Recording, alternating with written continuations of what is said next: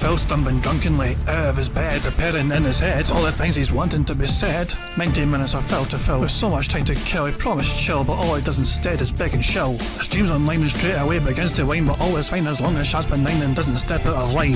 His content's immature for all to endure like fresh manure, but I feel sure he ran straight to feeling so insecure. The money he earned from yesterday was withdrawn and long gone, as Phil's spending impulse is always set to stay on. If supports are also slow and stays so low and fails to grow, you never know, the show may turn into an easy bingo. Once kicked off across the board with charge to what because his code can be ignored, just how much DSP makes us feel so bored. To help us fight or sleep and try to keep alert to watch a creep who play bingo, but Phil will bitch and why his sheep are also cheap. While DSP is chasing green, we're seeing green across the screen as Phil's routine predictability rivals are slow machine. He's snorting, burping, leaning, ban. It matters not if battery fun is shy, can't to see if hours make him feel less of a man. Takes a drink and starts like before lunching into a big pretending there for bills when truth is there to buy a wrestling JPEG. Talks about his shitty life of college cat and fatty wife and all his strife of forgetting that it's done well and they were rife. With drama he will react but isn't act, that is a fact as he rehearsed to be exact in how he felt he was attacked. Teaches nearly over and awareness in sight with what to white despite Phil to light that tips were not light.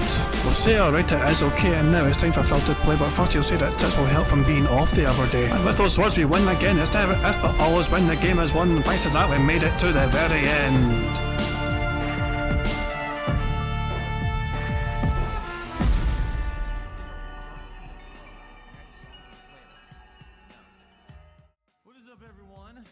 Hey guys, King Jad here, and welcome to DSP Bingo for yesterday, Monday the 5th of February 2024. Do hope you're all doing very well indeed on this very fine Monday. Well, I say it's a fine Monday. It's been pissing down with rain all day in Scotland, but what do you expect? It's fucking Scotland after all, not exactly some tropical paradise. On the contrary, Scotland is known for its wet and dreary weather, but it is what it is. You know, hopefully the weather's nicer where you are compared to, you know, the plentiful amount of rain we've currently got bucketing down in fucking Scotland. But yeah, I hope you're all doing well. Hope you're enjoying your week so far. And yeah, we're back. Phil's back from his streams from the other night or whatever. He had a very successful stream day yesterday. Phil was given a whole lot of money. The day stream direct stuff got him the usual amount of crap. Actually, we can probably check. Let's what's the Twitter handle? What's the Twitter handle of the guy? Gamerface Gaming. Because he does these updates now. I think Peace is still on holiday. The night stream for Phil, so the day stream, the direct stream got $51. Okay? $51, half of that was 1 minute, man. The night stream though, Phil reacting to his Dark Souls playthrough, $161. $161. The top tip was from Lisa Lou for 50 buckaroos, so that was very well supported indeed. And yeah, Phil's sitting there. Phil sat in his arse all day, reacting to stuff all day, and of course that made him a very tired boy. Jesus Christ, man.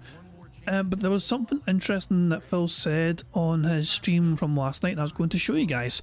DSP tries it, Emoji clipped it, and it's DSP isn't having fun, isn't having it with people joking about his back pain and snorts. This was pretty good, I thought. So this has to be here to be believed.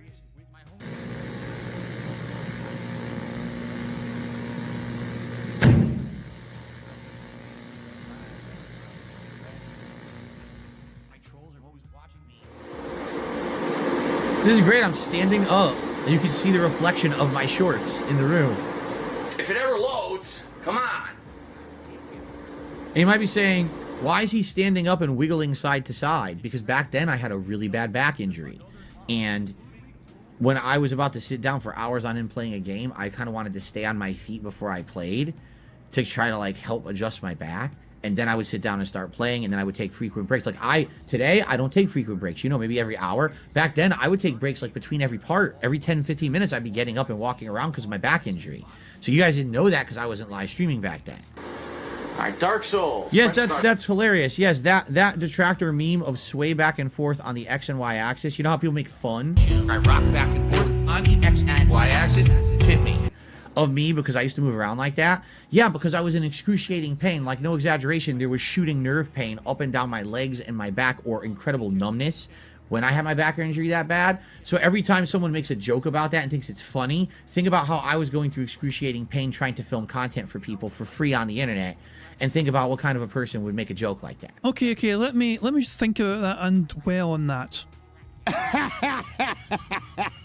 Oh wait, you serious? Let me laugh even harder. Yeah, Phil, you don't get any fucking pity from me. Let's continue. What? New game. Adjust your brightness. Yeah. Okay. Loadout, I'm sure. I just got a sure of it. $6 tip from Harry Butthole. In the age of He says, you're talking about people making fun of your back injury. Reminds me how I used to make snort jokes, and then I got post-nasal drip myself. And I realized it's actually really frustrating to deal with. In my case, the jokes were always intended to be good and fun, but it's still rude. Here's the thing. You want to make fun of someone because they're terrible at a game. You know what I'm saying? You want to make fun of someone because of something they can affect. How about the fact that some people just can't change stuff about that? I don't want post-nasal drip. Do you think I want to snort once in my life? No, I don't. But I have to.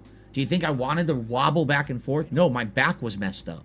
But people making fun of that, it's really dirty. That's one of the lowest things you can do, is to make fun of someone for something that they can't help, nor can they fix, right?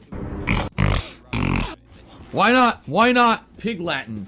Snort a Bernelle. Oh boy, Emerald 6 gifted a sub to Snort Burnell. Gee, thanks, Emerald 6. That guy's such a nice guy.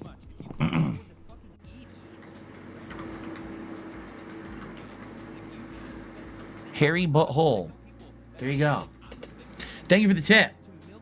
And up to $20. Thank you so much. Appreciate that. Look at these gorgeous subtitles. Ooh. a land of grey crags, arch trees, and everlasting dragon. Everlasting. Unforgiving learning curve. Oh shit, I got my fucking effects of my TV on, I just realized. Hold on. Fire. Ignore this. I'm not doing this right now. Fire came disparity. There we go. Okay. And cold. One of those stupid, it's hilarious. We were just talking about that today. How TVs have all these stupid settings that no one should ever use. So that TV that I had back then had True Motion, which just created like motion blur. It looked like shit. Of course. Ooh. This game should just be honest. From the dark, they came. It should up front. It should be like, this game will kick your ass, so fuck you. There you go. Lords within the flame. 4K Catman says, why is it okay to make fun of race when you can't change that? Because a generalized joke about a race or culture is just that. It's generalized. It's not targeted at one specific person.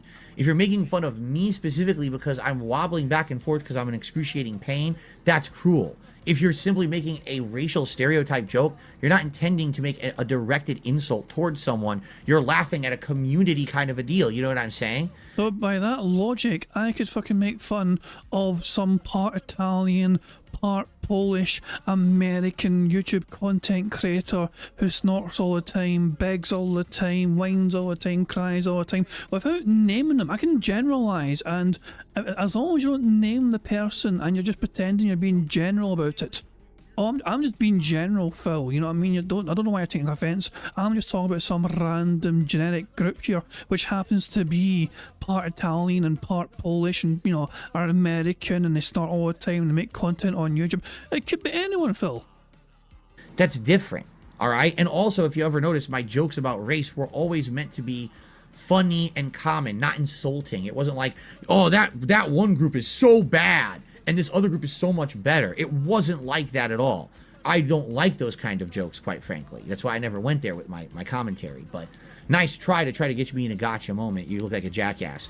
What a fucking idiot. What's the story about your stupid questions? Way to await the end of the world. It's gonna be the end of the world before I get to start playing this fucking game if you don't shut the fuck up. Shut the fuck up. Shut the fuck up. Stains on there. I need one more hit. I'm gonna die. There's no way I'm gonna kill him. I'm dead. Can't move. Yeah, look, I couldn't see. Look at that terrible frame rate on PS3. You saw that, right? I had no fucking life. You saw how bad that frame rate was? The game went to like single-digit slideshow. Alright, so there go all my souls. Excellent. This game runs really bad on PS3. Like, super bad. All my souls are gone. Well, there's two things. Is Phil live yet? Oh shit. I don't know if I can hear the fucking music. Is he live yet? He's almost live, okay. Right, just wanted to make sure I wasn't going to miss anything there. See, this would be today. First thing I would do, take the armor right off so I'd be faster. I'd be running in circles around and beating the shit out of him. But back then I didn't understand it. I didn't even know you could move faster. I thought this was the speed you're supposed to play at. So You know, when you can't control your guy, it's kind of hard to fucking kill a giant boss that takes half your life. I like how you also lose a quarter of your life just by jumping down to fight the boss. That's the dumbest fucking thing ever. that's Dark Alright, Souls, now you see me baby. do all that over again. Isn't this fun? A lot of fun. We're up the same fucking staircase. That's Miyazaki laughing at you. He's at home. He's like, ha ha ha ha. I enjoy watching these first-time run playthroughs. Pathetic Americans trying to play my game. Ha ha ha ha. Fuck you. Fuck you, wimpy Americans. Man who never eat pork bun have very limp dick. Very limp dick. Oh, yes. Pork bun make you very virile. Shit. When you eat pork bun, your balls grow. Giant heaving testes for you. Eat pork bun now. What the fuck? Some false advertising. So yeah, that was a video that by DSP Bingo about Phil's night last night doing as him. That was his commentary on what he thought was some pertinent points to bring up. And yeah, he's very aware of Dark Side of the Flow's banger of a tune. You know, rock back and forth on the X and Y axis. You know, he even fucking said it. And yeah, that lives. I just like the idea of that song living rent free in Phil's head, probably popping into his head without him wanting it to. You know, in the songs, there's some songs you don't want to have stuck in your head. I don't mind having that song stuck in my head, but I know Phil would hate it. So I'm just picturing him just minding his own fucking business, and all of a sudden, in his fucking little empty, slopey side head, in Phil's imagination, all of a sudden, out of nowhere, in pops the tractor song, Dark Side of the Flow, fucking one of his bangers, and Phil's like, God damn it, this song's in my head again. Ah, beautiful stuff. So yeah, congratulations, Dark Side of the Flow. You're official. Your work was. I don't know if it's the first time that Phil has officially acknowledged and recognised your work, but yeah, he definitely referenced it here, and yeah, Jesus man, enjoy living in one of the penthouse suites in Phil's greasy ass head. Anyway, so Phil is going live right as we speak. You know what I mean? I've got him paused to build us some speed up just and all that jazz. Let's pick a bingo card for today. I think we're going to keep the centre square. Juggling. Juggling seems like a good centre square to pick to have for now, because Phil's still going to emphasise how busy of a boy he is. You know, going across 3 different channels and all that jazz. So here we go. So let me just randomise bingo background. I am going to pick the number today. I usually ask you guys to do it, but this time I'm going to be a bit selfish and I'm going to pick the fucking number. The number I am going to choose today is going to be 14,853. No reason for a number, just random. So there we go. How could it be fucking rigged if I picked a random number and I fucking hit randomise? How could it be rigged? Anyway. Oops, my bad. So, here is the bingo card we have for today's show. We've got Phil T. Mock's chat, him saying content, people saying obviously and now. The second row is Phil saying it is what it is, support, behind the scenes, engagement, and him clearing his throat. The third row is Phil saying interesting, addition, juggling, voted, and no exaggeration. The fourth row is Phil giving a thumbs up to the camera, him saying Twitter or X, him discussing food, him saying fun, and him burping. And the fifth and final row is Phil saying percent, him messing with his phone, him saying feedback, example, and finally excited. Very strong card if I do say so myself. August Stevenson is saying, is there a bingo card for 6 million? That's an interesting number. No. No, we're not. I'm determined, unless Phil actually says 6 million, I'm not going to fucking play that. No, it's not happening tonight, unless Phil actually says 6 million. Or says it didn't, or says something like it didn't happen. But, you know, something. If he says that kind of thing is included in the short, I'll probably will be obliged to. But no, I'm not going to play it randomly. We'll try my best to hold off from playing it tonight. We'll see how long my willpower lasts. But that may change depending on how Phil makes me feel throughout the course of the bingo. So yeah. Anyway, so let me just pick 1.25 speed and all that jazz. And before we even begin properly, I'll just fast forward as well past this long intro. So, As you guys will know by now, the aim of the game is to try and get a full 25 out of 25 on the bingo card you see before you on the screen. No, sorry, too far. And of course, to make sure you're eligible to win a prize for us getting a full house 25 out of 25, you've got to make sure that your name's in, you put a comment in the community post, which is linked in the description of the live chat. In the description of a stream, there's a community post. If your name's not there yet, get it fucking there now. So there you go, and if you do that, you could have a chance of winning a prize should we get a full house on the bingo, a full 25 out of 25. Now, there's a few ways for us to get free spaces on the bingo card. You see, for example, if Phil snorts 25 times or burps 10 times before he starts recording for gameplay for YouTube, that will give us all a free space. And if we get 100 likes on the stream before we finish playing bingo, not only will that give us a free space as well, but you guys will also get to enjoy the Bubbles animation made by the supremely talented Pixar Animations. And of course, big ups to Pixar as well for making the intro. He updated the intro.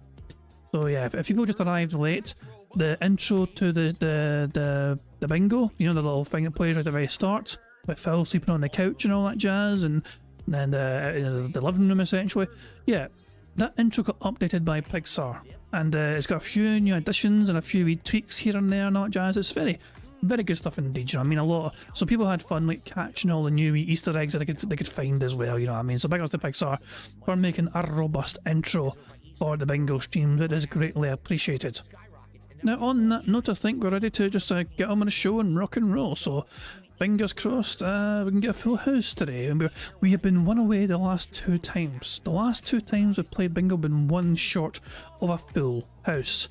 So hopefully we can go one better today and we can get the full, you know, magic fucking 25 out of 25. So on that note, I'm going to just play something from the random Scottish soundboard and we'll crack on with the show. Scotland forever! That'll do.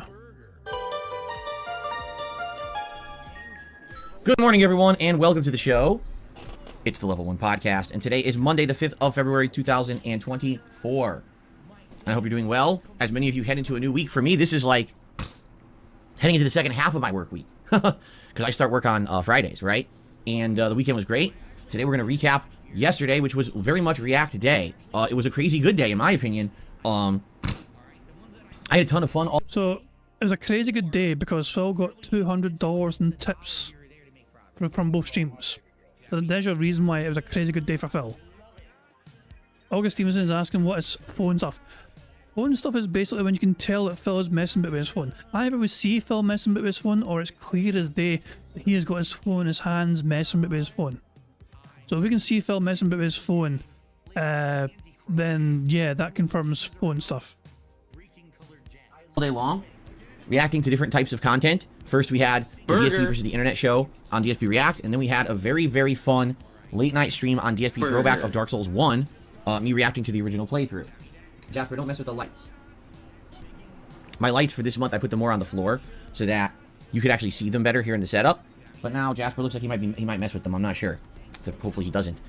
Anyway, so how y'all doing? There's also, you know, another hot topic, which is hilarious to me that it's a hot topic.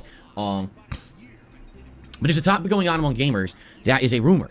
It's not actually confirmed yet. There's no actual... Oh my God! What's up? Thank you very much to Twilight Media Corp for the super chat who says you have to give us a 6 million me like that. We'll wait and see. We'll see if the opportunity presents itself. How's that? We'll see if the opportunity to do it shall present itself. But let's see what Phil's got in store for us. Information yet, but people are talking like it is. Oh, credible sources. But what's hilarious about this story is that no one has the facts. Everyone's just rumor mongering and speculating, and no one has any facts at all about what we're talking about. And what I mean by that, I gotta keep watching Jasper. Sorry if you wonder what I'm doing. I gotta keep turning around watching him, make sure he's not attacking the lights. What I mean by that is this rumor that Xbox, or I should say Microsoft, is about to make a big bombshell announcement that they are going to take all the Xbox exclusive games and they're going to port them to other consoles, notably the PlayStation 5, to increase sales. Because people seem to be freaking out all over the internet about this topic. No exaggeration, I saw multiple streams, podcasts, and shows talk about it in the last 24 to 48 hours as if it's the end of the world and the end of Xbox as a console. I've just seen the biggest nonsensical drama news cycle, and I get the feeling that's because it's slow. Okay? Just being honest. I think that so many people want drama like that because that would give them so much to talk about that they act like it's some huge thing when in reality it's not, especially because we don't even have any facts, right? But we'll talk a little bit about that today because as you'll see, I feel like people are just so up their own butts about it that really it's nothing right now and it won't be until we have information. The thing is for me, like, I don't like rumor mongering. You know what I mean? Like, I just don't. Have to. Most of your fucking DSPN doesn't confirmed facts, so most of it is basically your opinions and your feelings on something about things that are not necessarily confirmed as factual. You want to fucking call it DSP news, you know, but the fact of the matter is it's usually just some sort of fucking fluff opinion piece. Even fucking Fox News is more credible than fucking DSP news. Time when you hear a rumor about something gaming related or something, it's never true. How many years did we hear they were going to announce GTA 6? And then they just did it accidentally because someone leaked it. They had to, right? All the time, we hear rumors that Bloodborne's going to be ported for modern consoles, and we hear that there's going to be a special Nintendo Direct about some bullshit announcement that never happens, and they're all credible sources, right? So for me, when I hear this nonsense, I just like, I shake my head. I'm like, you know, I've been around the block. I've been a YouTuber now for almost 16 years. I've heard it all, and when I see these news cycles happen, and it's all rumor, speculation, and hearsay, and no one cites a source, and instead it's just, oh, you know, it's credible. Oh, yeah, it's a credible rumor. I'm like, yeah, right. In reality, even if there's an announcement coming from Xbox, Microsoft, whatever, I guarantee you. Oh, my dog! What's up? Thank you very much to Anders Pack for the super chat. It says, no rumors, unless I state them. Precisely. Only Phil's the only person that's allowed to fucking spread random rumors with no basis of substance whatsoever. Phil will often fucking spin his own tale and theories to his own audience, which he's perfectly entitled to do so, but he does it on a platform he calls DSP News. He is quite literally citing himself as some sort of gaming news source. And that is simply not a truth of the matter. That couldn't be fucking further from the goddamn truth. But it's just, but yeah, it's perfectly fine for Phil though to bloviate and fucking opinionate on this kind of shit while pretending to pass off as fucking news for his audience. But anyone else fucking doing that shit, Phil's going to try and call them out. The hypocrisy is off the charts. Just shut the fuck up with that fucking hypocrisy, Phil. There's nothing wrong if you have theories and opinions, of course, but don't try and pass it off as gaming news when you know nothing yourself about what the fuck you're talking about as per fucking usual. Even if there's an announcement coming from Xbox, Microsoft, whatever, I guarantee you the announcement will not be exactly what people are reporting. So we'll talk about this today. I'll actually, we'll have a little segment here where we'll discuss this. Why? You don't have the facts either, so why are you fucking reporting something where you don't know the facts of the situation yourself? You just complained about other people reporting this because they don't have the facts, but they're still fucking talking about it anyway, and here's what you're... And what are you doing?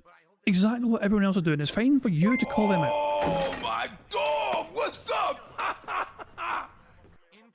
Thank you very much to Battery Exhausted for the super chat. It says snorting out of control. You're at 10 snorts already. I'm pretty confident we're going to have free space for snorts today. It seems like an inevitability, but I guess we'll see if they slow down or not, but they'll probably just keep going at this pace, I would have to imagine. And I'll let you know my true feelings about it, because the truth is, there's only really one situation where it actually would be notable news, and I don't think that's the situation that's being reported, and I think people are blowing it up on purpose to make something to talk about because they're bored or they just have nothing to talk about right now. It's a slow news cycle, so you know they technically make shit up so there's drama, so they get clickbait views. It's pretty sad. Anyway, let us begin. All right, cool. Yesterday was a great streaming day. Yesterday was React Day. Although I will say this, man, it was a lengthy day for me. I really worked a lot yesterday. You sat in your arse, didn't play a game, just sat there talking about things you were watching on screen for basically 7 hours. You didn't... Fucking hell, man. Because I had so much reacting to do in one singular day. To get started here, you know, we had a very chill podcast yesterday where there wasn't too many particular important topics, but more just kind of open discussion about various things. And then we went over to DSP Reacts for my 50th episode of DSP versus the Internet, and what could have been considered kind of the soft celebration of my 1 year having that channel as an active channel on YouTube after it being defunct for a year previous. Yeah, so basically, that page, DSP Reacts, has been a very interesting ride in the last year. At first, we were going full force into it, having all this content, and then about halfway through the year, people were like, time to tap the brakes, because you're doing so much React content now that the gameplay's suffering, and the gameplay is really what we know you for and what we like more, so cut back on the reacting. So, that channel started as a weekly show, DSP versus the Internet, and then there was TV show reviews with The Last of Us TV show. I had an intention of doing almost bi-weekly reviews on that channel. In addition, I was going to do an interview series where I was going to interview people. It was going to be called DSP Asks It, and that never came to fruition. DSP Asks It? For various reasons. We started tier maker videos, which I like doing, but definitely their popularity waned as well. We started off in the year doing these tier maker videos that I would do a stream and put out a video and it would get thousands and thousands of views. By the end of the year, the tier maker that I did for Christmas, I don't even know if it's hit 1,000 views yet. Did it even hit 1,000 views? I never even checked. He's actually going to check. How fucking pathetic is this? He's actually going to fucking stop what he's saying to check. Hello, everyone. That's the apocalypse. No. The Christmas tier maker didn't even hit 1,000 views. So. Fuck yeah, go at fucking Derek. That's all Derek's fault. That's what I mean. Like, a lot of the projects that I was working on that channel had some success, and then basically the popularity kind of died out over the year, and people didn't care as much. The other thing was the long-form reacts, which I'll be honest with you guys, I really like doing them. Taking a whole day where I would, react to, say, a documentary or another YouTuber's channel, like the Internet Historian, stuff like that. I really liked that. I thought it was fun and different, and it broke up my content. Instead of it just being gameplay, I really like doing it. But too many people complained and said, yeah, because you're doing that, and then you're doing your React show once a week, you were taking too much away from your gameplay element, and people were disappointed that I was playing less games. So over the course of the year, that channel evolved, all right? Now that channel is mostly for DSP versus the Internet. Every once in a while, we'll have a food vlog. Every once in a while, we'll have a tier maker. There will be reviews coming up this year, notably when these game shows come out. Like, for example, the Fallout show. I'm definitely going to watch that and review it. But I purposefully scaled back the content on that channel so that I could focus more on gaming, which you guys seem to want, okay? Still, a great project. I really enjoy it. I like doing the content over there, and yesterday was no exception. The show we did for the 50th episode of DSP versus the Internet was great variety and fun. Really had a good time. I'm glad that the people submitted such a variety of clips. And by the way, just to note here, as a sidebar, that channel, of course, was at risk of being kind of ruined by the whole, VPN abuse, illegitimate membership spam, right? Because the way that channel operates is when you become a member, you nominate videos for the weekly React show. But because people were very smart and helped me out, and we talked it out publicly, we implemented that new tier level, which is called the submissions member level. And by doing that, within 1 week, we fixed the problem. The show now is right back to how it was. We have the same amount of submissions, the same amount of people as members. It all worked. So, in reality, these idiots who thought they were going to ruin my channel, it actually worked out better because now we have a bunch of emotes. Seriously. Plus, Phil makes more money because he's charging more for members to submit videos to his shitey fucking React content. Now we have a bunch of emotes unlocked on that channel that we didn't before, so it actually benefited those who like the channel and support it more than anything. So, funny how things backfire for idiots, right? So anyway, it went well, and great show yesterday. If you didn't see it yet, 3 parts are now live, and more will go live over the course of the week. Of course, if you're a member over there, you get to see the archive stream right away. And I'm having a great time with that React stuff. I really am. Like, I love that show once a week. I look forward to it now because of the variety and the fun. It's pretty interesting, okay?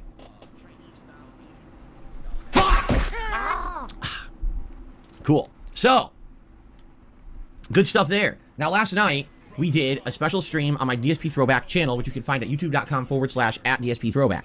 That channel, primarily, is made to be an archive channel for my lost playthroughs, notably Red Dead Redemption 1 and Final Fantasy 13. Of course, keep in mind, in the future, there's many more coming, including L.A. Noire, the Undead Nightmare DLC for Red Dead 1, the Suicide Kings online co-op gameplay for Red Dead 1, notable vlogs. Like, I think, for example, there's a couple trips that I went on, like I think New York Comic Con and a few other things that just aren't readily available on the internet. So there will be more videos than just those 2 playthroughs on that channel eventually. All right, but the thing is, the playthroughs are very lengthy.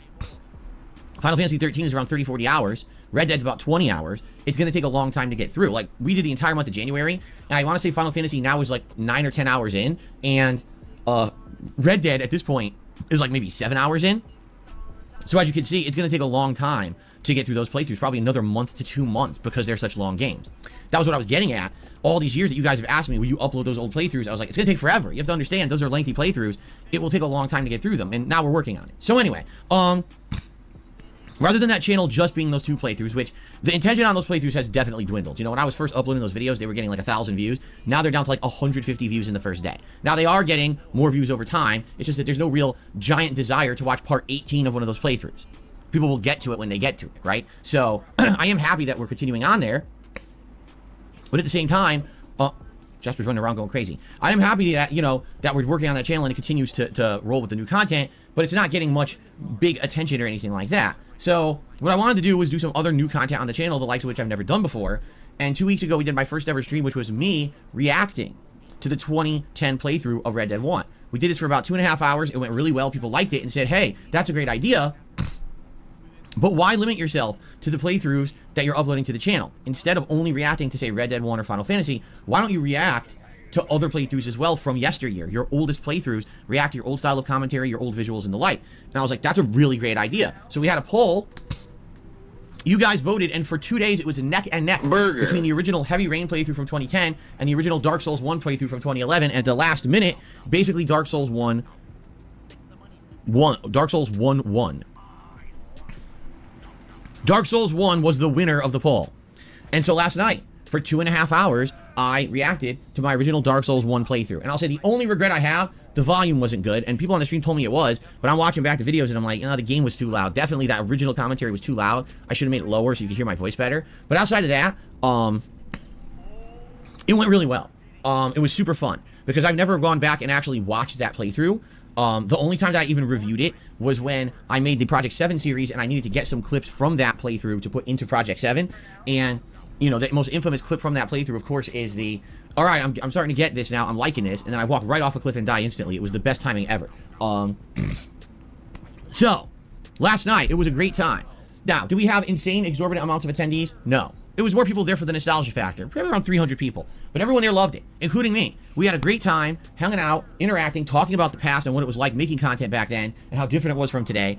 Commenting on Dark Souls as a game, on my first playthrough and how it was a cold run. I didn't know what the hell I was doing. It was just a really, really awesome, chill atmosphere. And it was hilarious to see me approach this game and play it for the first time, not knowing what in the holy hell I was doing. I didn't understand equipment. I didn't understand encumberment. I didn't understand how to use melee weapons properly. I didn't understand how to heal properly. I didn't understand, you know, like fat rolling. I didn't get blocking. I'm not even kidding you. We're 2.5 hours. Did I just mishear Phil there, or did he just say I didn't understand fat rolling? Hold on. Weapons properly. I didn't understand how to heal properly. I didn't understand, you know, like fat rolling. Is this an actual thing? Is it a thing? Okay, I've never played Dark Souls. I wasn't sure. But apparently fat rolling is an actual thing in the game. My bad. I wasn't sure if I just misspoke there. So I thought I was hearing things there. Like, what the fuck is fat rolling? Like, is it, do you fucking like have better rolling mechanics as chubbier your character or something? I don't know. I didn't get blocking. I'm not even kidding you. We're 2.5 hours into the Dark Souls 1 playthrough. I haven't locked onto an enemy yet. I'm just flailing wildly in directions trying to hit enemies. It's pretty impressively bad. But I get it. I get why people thought that playthrough was epic. Here's a complete idiot, a clueless. You know how Conan O'Brien has Clueless Gamer is his series? Like, no exaggeration, me playing Dark Souls was like worse than that. It was like ultimately Clueless Gamer flailing about. It's like a baby writhing about on its back in a crib going, wah, wah, wah, wah. That's me playing Dark Souls 1, you know? But man, it was fun. It was fun to watch. It was hilarious. So we absolutely had a great time, and everyone was super supportive. Like, the stream did really good for support. I was like, wow, I had no clue people would come out and be that supportive, and they absolutely were. And people were like, you know, we love this. We want more of it. And I said, that's great, but now here's the thing. We're going to get back into the situation that we were in last year. If I am taking so much time away from regularly doing gameplay, people are going to complain I'm not playing games enough again, and it's taking me too long to get through games. Last year, I was doing one major React event a month that took away from an entire day of a stream, and I was doing the weekly React show, and then on top of that, I was doing things like tier makers and stuff, and people got upset and said, no, cut back, we don't want that anymore. So I did. Now people are like, oh, do more of these React streams. I'm like, well, if I do more retro React streams, that's fine, I'm having a good time, but that's going to take away from making progress in the game. And look at the current situation we're in. Tekken 8, Baldur's Gate 3, Like a Dragon Infinite Well, Pal World, right? We're juggling 4 games right now. And even that, it's very rough to make enough progress in each game to appease any kind of audience. And it's frustrating because I want to play all these games, but I'm one man. So I'm one guy being pulled in 4 directions to play 4 different games. Oh, by the way, keep doing your weekly react show. Oh, by the way, now start doing this retro react stream. And it's like, it's rough. Phil said you're going to. I was busy typing in chat to kind of pay attention to what Phil was saying, but thank you guys for paying attention. Burger. 5 in a row. That's concerning. There we go. Got our first bingo of the stream because Phil finally said the word juggling. There we go. It carried over from yesterday. Remember the big ancient massive foreheaded mad lad himself, ALT Insider. He picked juggling the other day, and that's Makish carried over. And yeah, Phil is definitely going to be talking about how much of a busy boy he is lately. I thought it was going to be a safe centre square. I thought. You know. So anyway, excuse me. I had a great time last night doing it. What I'm thinking is, maybe it's a bi-weekly thing. Maybe every other Sunday night, we do a retro react stream over on DSP Throwback. Because number one, that channel is a lot of work and not a lot of payoff. Like I was telling you guys, no exaggeration, I think that channel's bringing in 50 cents a day on ad revenue. So that's not exactly worth the effort of all the editing and things that are going into the videos going out on that channel. But you're not doing any editing yourself, Phil. It's other people doing the fucking work for you, and you're not paying them either. You are literally complaining about free money from other people's hard graft. Having that react stream maybe every other week, having people come out and chill with me and support those streams would probably make it way more viable, all right? That means taking another stream away from all my other stuff, right? So I think we got to get used to that. But I think that would work. And you know what? I've done 2 of these streams now, and even each one, I've had a ton of great time. Really, these streams are great. Going down memory lane, reminiscing with you guys, I'm having a good time. I don't think I want to do it weekly. I feel like if I did it weekly, number one, it would take too much away from the gameplay, and number two, it wouldn't feel as special, right? DSP versus the internet, at first, it felt really special, but when it became a weekly occurrence, now people are like, nah, it's just commonplace. So I'd rather do the retro reacts maybe every other week, just to keep them a little bit more special. Now here's the thing. We don't have to keep doing the same games either. Already we've done 2. We've done Red Dead 1, and we've done, you know, Dark Souls 1. We don't have to do either of those next time. In fact, what I'll probably do is another poll, maybe in a week. Maybe next week what we'll do is we'll set up the poll, and people on that channel, again, will vote. It'll probably be Red Dead 1, Dark Souls 1, Heavy Rain, and just have people vote on the 3. And you want to see more of one we've already done? Do you want to see me start Heavy Rain instead? I'm down for any of that. You know, that's all good to me. So, oh, and by the way, if anyone else has other suggestions of other classic playthroughs you'd like to see me go back and react to, I'd be down for that as well.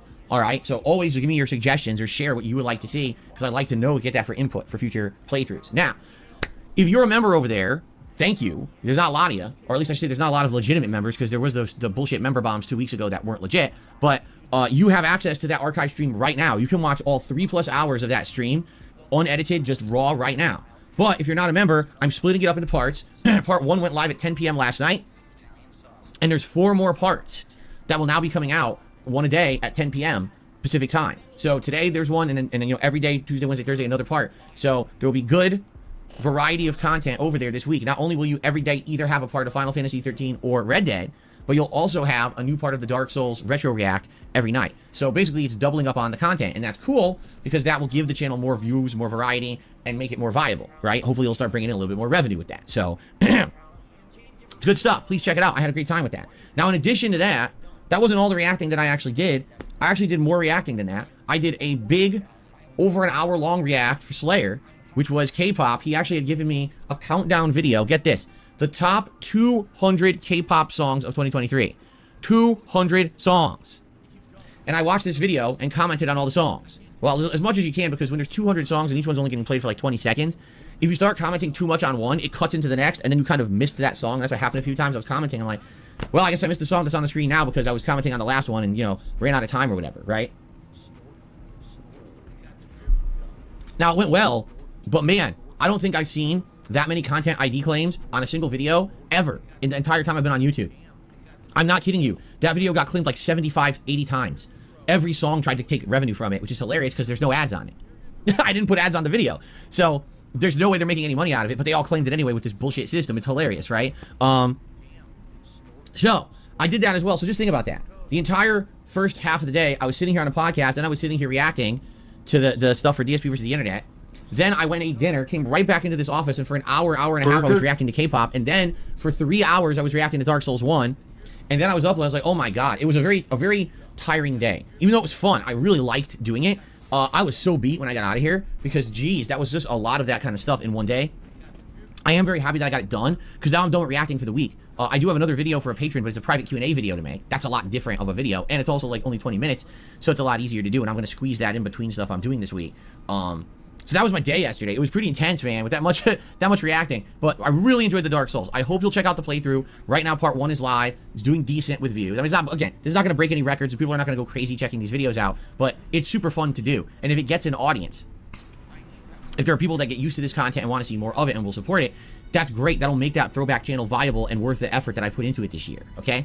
All right, so now let's talk about the rest of the week coming up. Hold on. I need to check something. I think, did Phil say obviously without me realizing? So it's a lot easier to do, and I'm going to squeeze that in between stuff I'm doing this week.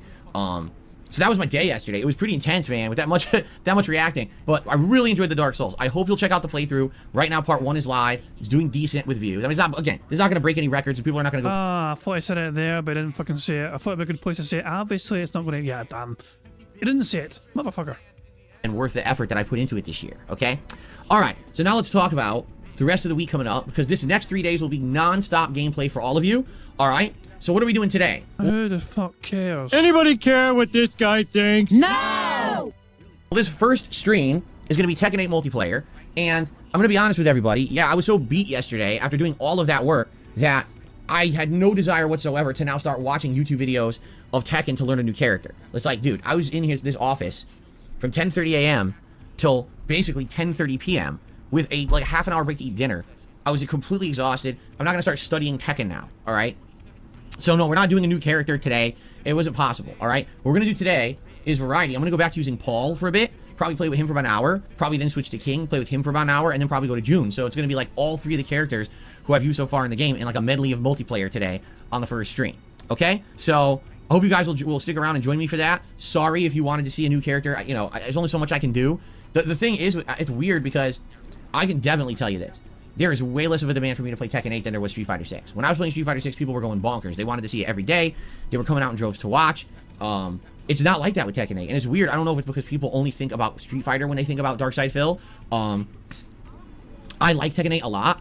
I want to keep playing it and learning it and getting better at it. But it's not seeing a fraction of the attention that Street Fighter 6 got. So it's weird because it's a hot new fighting game. You would think people are demanding it. No, actually people are saying more Baldur's Gate, more Like a Dragon. We want to see Pal World. Oh, if you could squeeze in Tekken, that's good. And I'm like, wow. Because you have to understand something with a competitive fighting game. You can't just casually play it and get better.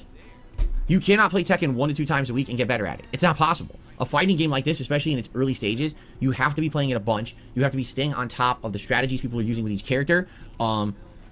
You eventually have to get used to what the meta of the game is going to be, which basically means once the top tier strategies are developed for each character, you need to recognize them and learn how to counter them. If you're playing twice a week, you'll never do that. If you're playing twice a week, you're barely maintaining muscle memory to even do basic combos with each character. Like, for example, I got to remember the combo I was doing with Paul. I think before we start today, I have to go into training mode and just practice a couple quick things to make sure that I remember what I was doing with Paul, because it's been a week and a half since I used him. You know, that's how it is with fighting games. So yeah, like I feel like if I'm gonna get better at Tekken, I need to play it more. But right now the demand is elsewhere. People aren't actually demanding to see me play Tekken that much, which is weird. You would think they would, and it's just I'm not seeing it. You know, which is okay, I guess. I'm okay with playing Tekken a little less and balancing it with the other stuff. But I mean, prime example here is I played it Friday night, and then here we are all weekend doing other stuff, and now I'm finally playing it today, right? And you would think, oh, that's gonna bring a lot of people to the stream. No, this is actually a slower podcast today than what we did yesterday. Yeah. There's less people here. When I played it Friday night, it was actually not that great of a stream when it comes to like attendance or even support. Like, and it's weird because Tekken's good. Listen, Tekken is a great franchise. I'm not great at it. You know, I'm learning. I'm trying to learn and get better. I think Tekken is outstanding, and I really think Tekken 8 is a great game. It looks like they did a really good job on it. But I don't know how that translates to attention on my streams. You know what I mean? I just don't. I don't know how to get people excited for this game. It's we have another bingo. Phil's excited. Burger. 5 in a row. That's concerning. Well, you cannot force these things. You can't fucking, you know, demand your audience fucking all turn up with fucking money out because you're playing a fucking hot new fighting game. The simple fact of the matter is people aren't interested in watching you play Tekken. There's not enough interest, there's not enough demand for it, there's not enough desire for it. Yeah, I think part of the reason is that Phil has simply not got much of a... I know technically, in reality, Phil does actually have some prior history with Tekken. But his main game is Street Fighter. That was his bread and butter game. That was his fucking one game that he prides himself in, especially Super Turbo 2. So the series itself, of course, is, you know, you tribute Phil to that series because it's the one series he's fucking proud of more than anything else. Tekken, even though Phil has technically won a couple of like very local tournaments, as like shopping mall or some pish or whatever, you know what I mean? He's got a little Tekken, his little trophy is a Tekken trophy. You know, he won that trophy for Tekken. The thing he's got in his fucking room that he shows off sometimes, his little fucking trophy, that was based on him fucking playing Tekken at his fucking local mall and winning that shit. But that's basically as good as Phil got. He was never like, oh, I'm going to be fucking like top 100 Tekken in America player. That as far as I'm aware, that never happened. You know, he never had much lofty heights playing Tekken, and yeah, Street Fighter was Phil's jam essentially. So why the fuck would anyone care about fucking Phil playing Tekken as much as he played Street Fighter? Certainly not Street Fighter, where I have this insane track record of playing it. I'm a former pro player. People either want to see me succeed or fail. In Tekken, it's kind of like, it doesn't matter if Phil succeeds or fails because it's Tekken. He's not known for that, right? So I kind of get that. But at the same time, I like it, you know, and I want to keep playing it, and I hope that you guys will keep coming back and hanging out with me when I play it, but it just seems like there's not going to be that much interest compared to Street Fighter, and that's a little disappointing, I would say. Boo fucking who, you fucking dork. Just listen to what your audience fucking wants and play what they fucking want. I do like this game a lot. I like this way more than Mortal Kombat 1. Mortal Kombat 1, I didn't want to play within a week. I was bored. This game, I wish I could play more of it. I would have liked to be playing a new character today. I just didn't have time to get around to it. You know what I mean? So, excited for today. 3 characters I'll be juggling. I don't know how I'm going to do. Here's the thing. In Tekken, the ranking system is cumulative, and it's like across all characters. So, when I play with Paul today, I'm likely going to be fighting like way higher comp. And I don't know how it's going to work because I haven't really fought high-level comp. It was only day 1 that I played with Paul. So I don't know who I'm going to be facing. I don't know if they're going to know how to face Paul. I don't even know, like, fast moves with Paul. I don't think Paul has many fast moves. So that might be his downfall. Like, he does huge damage output, but you have to land a hit to get the huge damage output, and it's tricky against these characters that are just so much faster, right? You know, that's the problem I was having with King, is that these characters that just had really quick jabs and kicks, I couldn't hang with them because he's a slower character. So maybe that's going to be the problem with Paul, too. I don't know. I guess we'll see. But, let's have a good time with it today, all right? I hope you guys will stick around after the podcast for Tekken 8 multiplayer for 3 hours, all right? Cool. Now, tonight on the late stream, it is the return of Like a Dragon Infinite Wealth. Cannot wait for that. 6:45 p.m. Pacific time. Last time around, we made major strides in Chapter 3, and basically there's like, one... Big Ocho says, do +2. A lot of good players have ranked up. A lot of newest players are under 70k. So if I do +2... Well, wait. How does that even work? I guess we'll look at it when we do Tekken. Sorry, I got distracted by Big Ocho talking about rankings in Tekken. So last time around, I think we have like one side mission left sitting on the beach, and then there's major story developments that are going to lead into probably the conclusion of Chapter 3, and I'm thinking maybe we can finish Chapter 3 tonight on the stream. If we do, that's great. Remember, my goal is to try to unlock the Dondoko Island minigame by Valentine's Day. So that's about a week and a half away, and it's going to be a lot of work. I'm playing it tonight. I'm playing it again Wednesday night. I'm actually playing it during the Super Bowl event coming up, which we'll talk about in a minute. And then probably another 1 to 2 times before Valentine's Day to try to unlock this game so I could play it with my wife on Valentine's Day. That would be amazing if we could pull that off. But it seems like there's just so much to get through to unlock it. If we can get to Chapter 4 tonight, that would be outstanding. Because then we could play through, some Chapter 4 on Wednesday. Then coming up the next week, the next 2 streams will be Chapter 4 into 5. And maybe we could push it and get to 6. I don't know. It seems like it's going to be a daunting task. Okay? Boring fuck. We'll see what happens. But I'm loving the game, and the audience that comes by for Like a Dragon Infinite Wealth is a very chill audience that understands the game, likes the mechanics, likes me hanging out and talking with them when we're playing. We've got an established audience that are really liking it, and I'm having fun with the playthrough, so I can't wait for more tonight. Okay? Phil, the last time Phil played this game, he got over $100 in support, so all of a sudden Phil thinks there's a big, massive amount of supporters that are going to throw money. Just purely based off the last time Phil played this game. Also, so let's speaking of money, okay? Let's quickly go to TJ's Twitter, and yeah, look at this. An update 4 hours ago on Phil's WWE Champion spending. Phil has been spending some of his fucking tip money he got from the other night, and he's now up to $862 spent on this event. He is 32nd in the world in this current WWE Champions event. So that may be so Phil's feeling a bit chirpy about that. Will Phil break the 4-figure mark playing the game, or is this basically the last chance? The event might end soon, isn't it? Like a Friday to Monday event, so Phil might only have a few more hours to spend those dollars before the event ends, and then the rankings finish for this particular event. Who knows if 4 figures will be reached or not? Also, oh yeah, Meester fucking made this tweet. The 4 stages of Freck. That one's kind of fucking neat actually. That's like fucking, that's quite clean. But that's just nightmare fuel. But fuck that. Oh yeah, no. There we go. That's fucking Twitter for you. But let's get back to the bingo. Tomorrow, Baldur's Gate 3. On the first stream, continuing on where we left off last time, which I believe we're trying to head eastward now, and then we can go north to go to that town that's enshrouded in light, see what the hell that is. And then we can get back to that mausoleum dungeon or whatever it is, which I guess is going to lead to the end of Act 2. So that's fun. And then tomorrow night, Pal World, our weekly Pal World late night chill stream, which I really enjoy the Pal World streams. I think they're super fun. Again, throwback feeling to like when I was playing Minecraft weekly and having a great time with it. So I'm looking forward to Pal World Chill on Tuesday night. And then Wednesday, more Baldur's Gate 3 and more Like a Dragon Infinite Wealth, and that's the streaming week. No, I'm not playing Suicide Squad. At this point, everyone's destroyed it and no one cares about it anymore. It's funny because it released, got stomped into paste, and now it's like everyone threw it over their shoulder into a grave and no one talks about it anymore. Within like 3 days. It's like, damn. That's a pretty intense and bad life cycle for a game. It lasted 3 days before it just completely is removed from everybody's memory. That's pretty sad, right? Like, damn. And no, I'm not going to play Foam Stars at this point. I got to focus on the games I'm playing. I got to make progress in them. I'm already not playing enough Tekken. I'm already trying to push Like a Dragon. I'm not going to be taking time right now to be doing Foam Stars randomness, okay? Okay, cool. Next week, we got a special event on Saturday, February 10th. It is called DSP's Super Bowl Bash. It is my first major marathon-style special of 2024. I'm excited for this because it's going to be a chill atmosphere and vibe. I'll be dressed in NFL attire all day long, different jerseys I'll be swapping out. I even have a fake football helmet, and also I have like props and stuff to use. There will be some booze. What will it be? I don't know.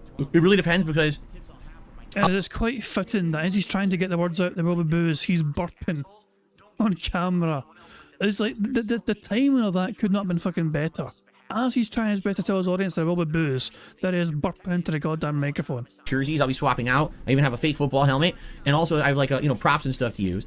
There will be some booze. What will it be? I don't know. It really depends because I'll be honest, this month is going to be incredibly financially tight for me now. I want to hear a goddamn thing about it for you. We spent $800 fucking dollars on a recent WWE Champions event.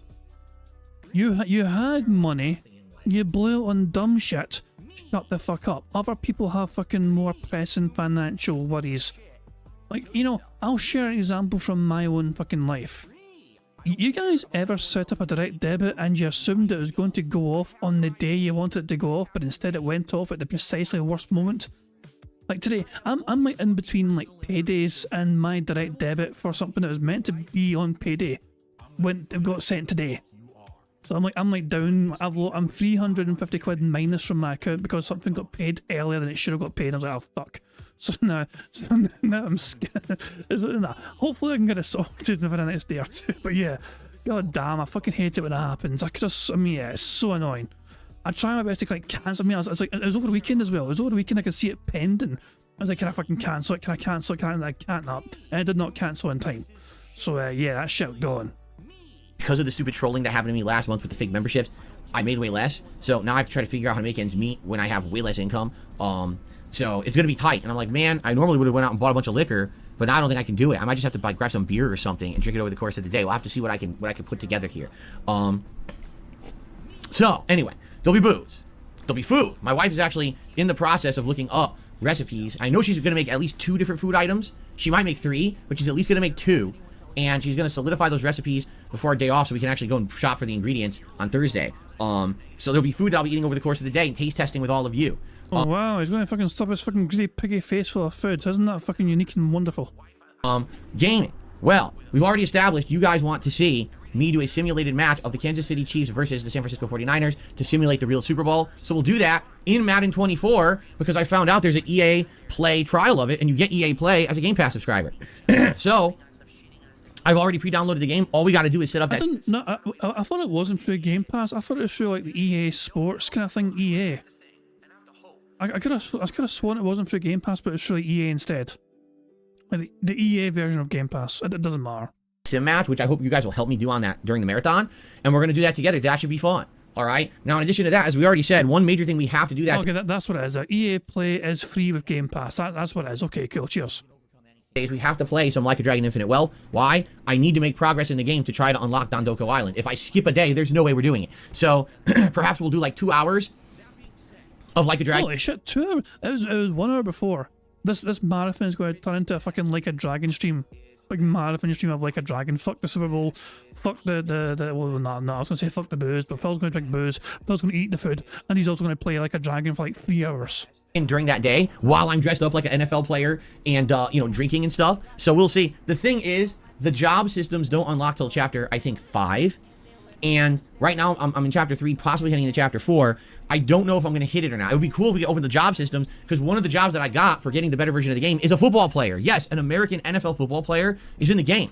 But I don't think you can unlock it yet. Like, my wife said it unlocked, but it unlocked, like, way later or something like that. So, yeah, I don't know. It would be great if I could have done that during the actual Super Bowl event, but I don't know if it's going to be in the game at that point. But we'll probably do 2 hours at least of Like a Dragon. We'll probably do other stuff, too. Like, one thing I think I definitely want to do is some Modern Warfare 3 multiplayer, because they're actually doing an update to Modern Warfare 3 in 2 days. It's Wednesday. They're doing, I think it's like a new season. So they're going to add new multiplayer maps and things. And that would be great to jump back into the game for the first time in weeks and do like a silly buzzed multiplayer stream, checking out the new maps and stuff together with all of you. I think that'll be fun. All right. So basically, NFL, you know, Super Bowl simulated, a couple hours of Like a Dragon Infinite Wealth, and probably some online of Modern Warfare 3. That's what I've got on deck for the Super Bowl event. Could we do other stuff? Yeah, we absolutely could, but let's play it by ear. Let's wait and see. Let's see, you know, how that day goes, rather than overpromise and underdeliver and say, yeah, we're also going to do this and this and this, and then we don't have time for half of it. I'd rather just say, let's leave a few interesting things kind of open and see what happens. You know, let's leave the time there, you know, because we're having a good time with one thing. Maybe we'll want to do it more. If we're not having a good time with something, maybe we want to move on to the next thing more quickly, right? I don't know. Let's see. Let's play it by ear and see what happens and have a good time. For anything, that Super Bowl event's just going to be chill. It's literally just going to be sit back and relax and not be too serious and just have a good day together, because we haven't had one in a while now. You know, I like having these seasonal events, these cool marathons. So this is a good one for, you know, for us to celebrate together. It should be a good time. Okay? Okay. Now, the one topic I want to discuss today, again, is basically this rumor. And normally I'd say, hey guys, it's time for our favorite segment, DSP News. Right? Except there's a problem. This isn't news. This is rumor. This is hearsay. Phil, it's never fucking news with you. It's just you fucking scrolling through your fucking phone on Twitter, X, or whatever you fucking call it. You're looking what other people are talking about, and then you report it to your own shitey fucking fake news channel, and you give your own fucking ridiculous opinions and theories, and try to pass it off as fucking factual news. There's no confirmation of anything that's being said right now in the gaming news circles. It's all just, we think this is by credible sources. And it's like, yeah, and? There's no story out there. No one's confirmed anything. No one's officially said anything. So why are you all acting like it's fact? It sounds to me like you guys are just a bunch of fucking rumor mongers because you're bored, right? So what is this rumor, and what is everyone talking about? The rumor is that Microsoft has internally made a decision that all of their Xbox exclusive games, so we're talking Hi-Fi Rush, we're talking Starfield, right? We're talking all those big titles that have come out in the last couple of years that have been Microsoft console exclusives. They're now not just going to be on Xbox and PC, but they're also going to start cross-platforming them and porting them to PlayStation 5. First of all, this is a rumor. This is not confirmed. That's number one. Number two, that is not the actual story, okay? The story, here's the problem with this story, all right? It's not covering it logically or analytically. It's just trying to present limited facts to create drama. Allow me to explain. The story that all the media and all these rumor mongers on the internet who have no content are pushing to have content is that if Microsoft developed games and games that previously were Microsoft exclusive games go cross-platform, well then what's the point of having an Xbox, right? I just don't understand. Why would anyone buy an Xbox console if every game that's on Xbox is also on PlayStation 5? But then there are PS5 exclusive games. Why wouldn't you just buy the PS5? Right? Just buy PS5. That console will have every game on it that you'll ever want. There's no reason to buy Xbox and limit yourself from having the PlayStation games, because those Xbox games are going to be on the PS5. All right? That's literally the rumor, the narrative that's being spun as a result of these rumors. The narrative is incredibly flawed and false. It doesn't even hold a single moment of logical thought. Okay? Here's what... Did Phil just like get fucking stuck like a fucking record player needle, like just getting stuck on the same like notes there? What happened there? Like Phil like literally had a little glitch there in real life there. A single moment of what the fuck happened there? That was like the fucking, like, the Matrix broke for a fucking second. Incredibly flawed and false. It doesn't even hold a single moment of logical thought. Okay? Here's why. Let's talk about this realistically. Okay? Number one, we're talking Xbox games being ported to PS5. Great. I understand. You know, if Hi-Fi Rush does get put on PS5, a lot of people would say, oh, well then, you know, there was no reason to have the Xbox, right? Oh, if Starfield's on PS5 or whatever, wow, now you didn't need the Xbox to play that. And a lot of people bought an Xbox console just to play Starfield, correct?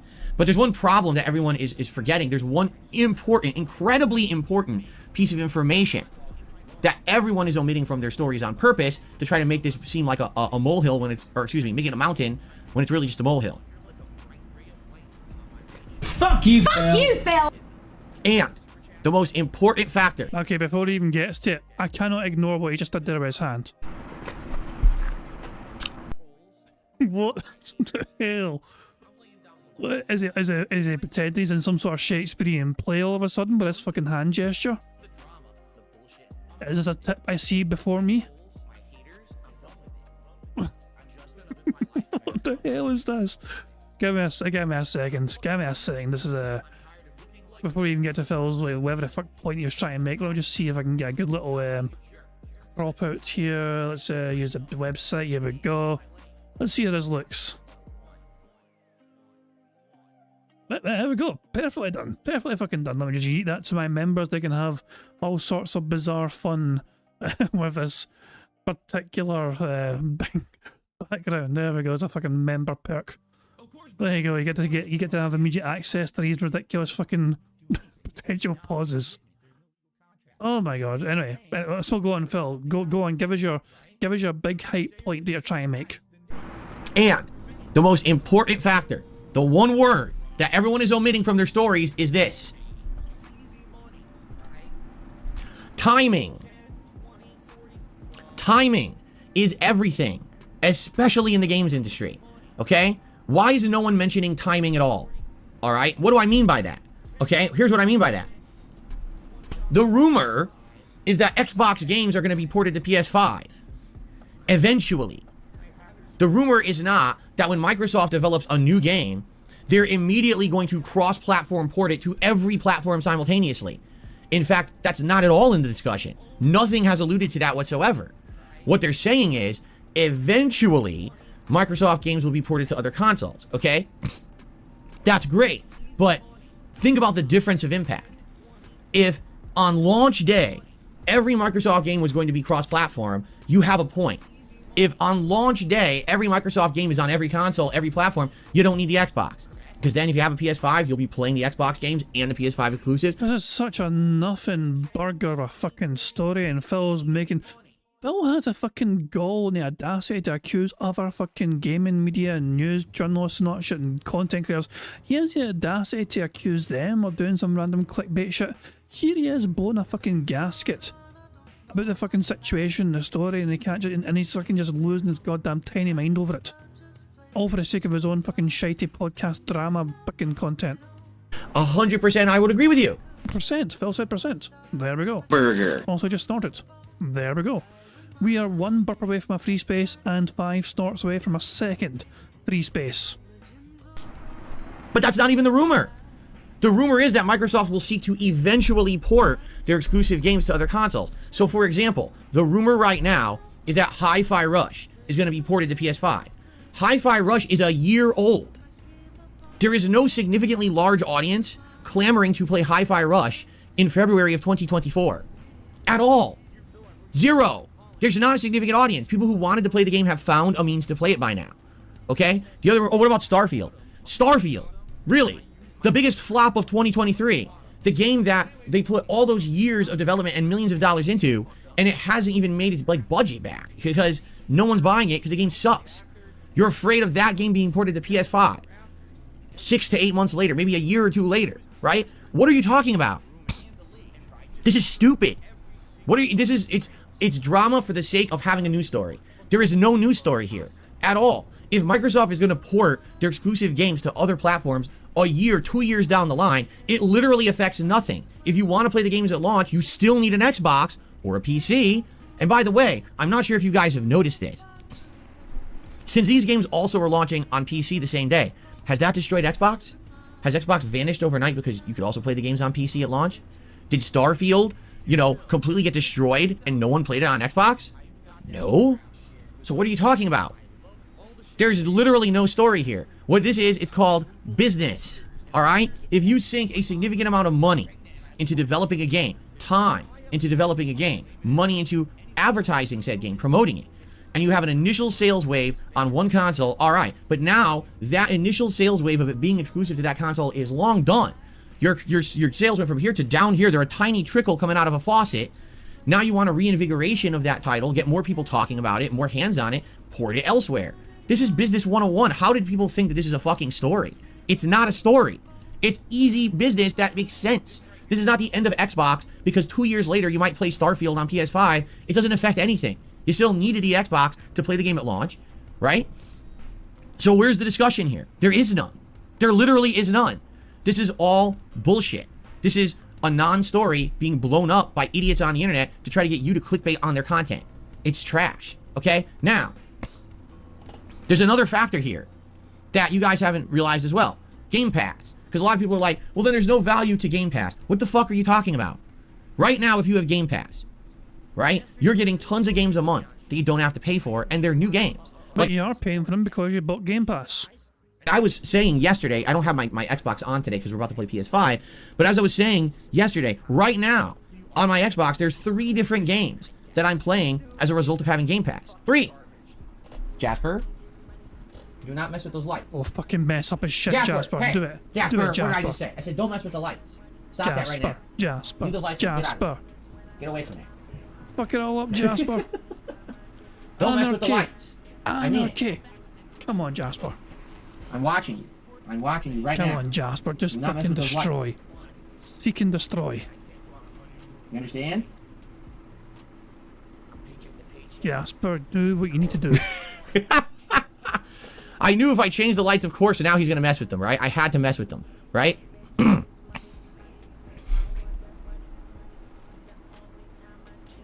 did he go?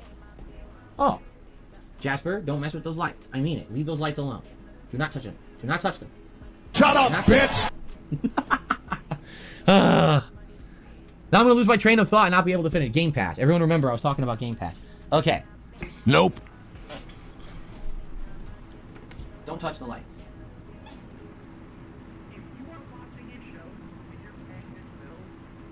Don't do it. Okay. So, Game Pass. Seriously, in a year's time, I've probably played 5 to 10 games because I'm a Game Pass subscriber. Like right now, what was it? Sea of Stars is one.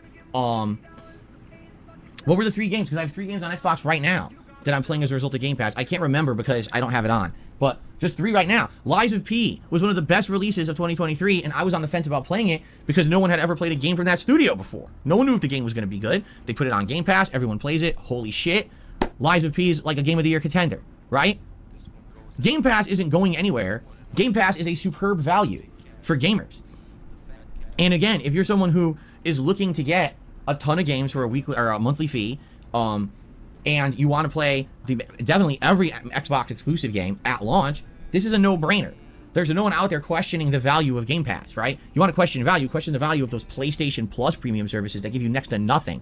That's a fucking ripoff. But Game Pass is a superb value to this day. So you're telling me there's no reason to own an Xbox console, even though, number one, Game Pass hasn't changed and it gives you a ton of these games way cheaper than buying them outright on launch day. Number two, the rumor is that these games will eventually be ported to PlayStation 5, possibly years later, not at launch, but you're telling me the Xbox is dead. You're an idiot. Yes, every single person on the internet speculating that the Xbox will be dead is an idiot. I mean, I've only got one thing to say about that. Anybody care what this guy thinks? No! Because all they're doing is they're creating this drama to get clickbait views and to get people worked up on a non-story. Okay? If the story was, oh, Xbox all of a sudden has decided they're just going to have cross-platform games on launch day from now on. Every game will be on every platform at launch. That's a different story. That's a completely different story. Yes, that could change the face of gaming. And maybe then, if it really is full cross-platform, the only value to owning the Xbox would be Game Pass. Okay? And I understand that. And that would be the story. That's not the story. The story is, oh, the games are eventually going to be ported. Like Hi-Fi Rush. Like, that's a big fucking deal. No, Hi-Fi Rush being ported to PS5 a year laar is a tiny deal. It's not a big deal at all. It's not industry changing unless you're a moron who wants to have a clickbait story on your channel or on your journalist website. Yeah, this is dumb. So just by sheer coincidence, the side scrollers discussed this very story earlier on in their channel. Methinks Phil saw their stream or saw what they were talking about and decided to just base his entire ranty part of his podcast on what the side scrollers were doing. So definitely it's time for us to take the fucking tinfoil hats off and stop listening to what every moron on the internet says. This is just as bad as in politics. And I know this isn't a political story, but in politics, people take some little thing and they immediately conspiracy theory the fuck out of it to blow it up into some giant thing it's not. So now you're paying attention to them freaking out. All right? This is not Alex Jones.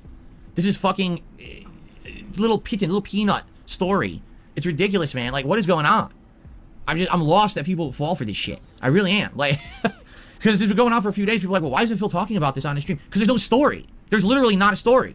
But people are dumb and fall for this. You've probably sat and watched people on a podcast talk about it. I mean, I think I'm going to say that's him mocking his chat right there. Burger?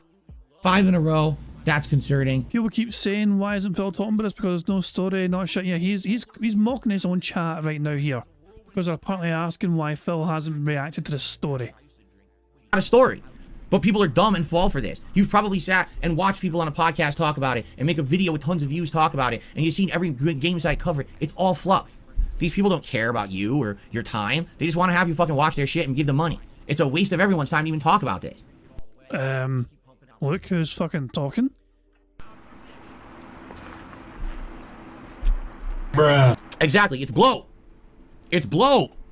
They're bloating the news cycle because there's no news. So they need something to talk about this weekend, so make something up. There you go. Seriously. But no, okay, so tomorrow, Phil Spencer's going to come out completely decked on head to toe in Sony merch. Yeah, bro, we're on the Sony bandwagon. Let's get everything on PlayStation now. What the fuck are you talking about? Oh my god. Anyway. That's the story that I didn't cover because it's not a real story, which is why you haven't heard me talk about it until right now. Fair enough? Okay, good. All right. That's really all I got to talk about today. So, if you guys have any topics you'd like to discuss, please tag me in the chat. Oh god, more Q&A. It doesn't look like we have any contributions so far today. Get fucked. You've not had my contributions from Phil. That's amazing. I love it when Phil. I'm not even that far behind Phil. I am like 7 minutes, 8 minutes behind Phil, and yet my stream was better supported than his was. So I have nothing to shout out at this point. So if contributions come in, I will shout them out. But outside of that, I'm down for Q&A or whatever you guys want to chat about today. So let's see what you want to talk about. All right? I am going to speed this up to 1.5 because there's going to be a lot of dead air, I think. Just him scan this chat for things to fucking answer. Cool. Tag me in the chat. Let's chat. What would you like to chat about on this morning's show? What are your hot topics? Whoops, I actually unticked a square. Burger? Get that shit back. Play Crash Bandicoot on PS2. I will pay you to do it. I already did. Wait, which Crash Bandicoot for PS2? No, I didn't play the PS2 one. I only played the PS1 ones. Why do I think NRS isn't keeping the community up to date with Mortal Kombat 1? I don't know what you mean by that because I'm not following Mortal Kombat 1. If you're asking me, why do I think that NetherRealm is not communicating with the community and updating the game properly? Because it's a failure. It sold well, but it's already a dead game. You know? So, because of that, they're probably already trying to focus on whatever the next project is, and then they're trying to limitedly support this game on the back end. Just think of the promises they did not live up to. They did not even make the game cross-platform, and the game's been out for half a year, so that's kind of ridiculous. Imagine if you bought this game on Xbox because you were promised cross-platform playability, and the game still doesn't have it, so you're playing 2 people, because no one bought this shit on Xbox, right? Can you believe that shit? It's bad. That's just a complete lie that they propagated to get people to buy the game, and then they didn't fucking live up to their promise. That's terrible, right? Outside of that, I don't even know what you guys are talking about, but I mean, the writing was on the wall. Within 2 weeks of Mortal Kombat 1 coming out, the community discovered the game-breaking bug that certain combos worked if you were player 1 or 2 and didn't work if you were on the other side. That is such a violation of trust between game developer and purchaser that you're buying a game that's supposed to be competitive, and the game developer couldn't even be... Oh my dog, what's up? Thank you very much. to Mukiness for the super chat, who says, thank you for a 1.5 speed, thank you for your mercy. Yeah, there's a lot of dead air. Bill's going to have a whole bunch of dead air just sitting there patiently waiting for contributions to come in, so yeah, sped up to 1.5, but yeah, you are most welcome, Mukiness. Between game developer and purchaser, that you're buying a game that's supposed to be competitive, and the game developer couldn't even be bothered to test the game enough to determine that player 1 and player 2 have an equal level advantage. I mean, that's ridiculous, right? You might as well just sell the game and say player 1 only gets kicks and player 2 only gets punches. Good luck. What are you, a fucking asshole? Yes. NetherRealm with Mortal Kombat 1 were a bunch of fucking assholes. They obviously didn't care. They pumped out a game that looked flashy, played like shit, had the worst online connectivity of its competitors, right? Undoubtedly, the online play of Mortal Kombat 1 is far inferior to both Street Fighter 6 and Tekken 8. They didn't give a shit. They knew you would buy it because it says Mortal Kombat on the cover. That's sad. That's sad that now they're riding the coattails of their own series popularity and tradition rather than, hey, we should make a good game. Because the truth is, at one point, NetherRealm was doing the best in the industry. When they were working on the Mortal Kombat trilogy of 9, 10, and 11, and then Injustice alongside it, those were some of the best fighting games at the time. They had unprecedented amount of gameplay in them, and not just for online play, but offline as well. In fact, I just love, in his chat right now, a super chat came in there from Spawn Killer. Will you bring back suggestion box? I think the suggestion box is not long for this world. It doesn't look optimistic, does it?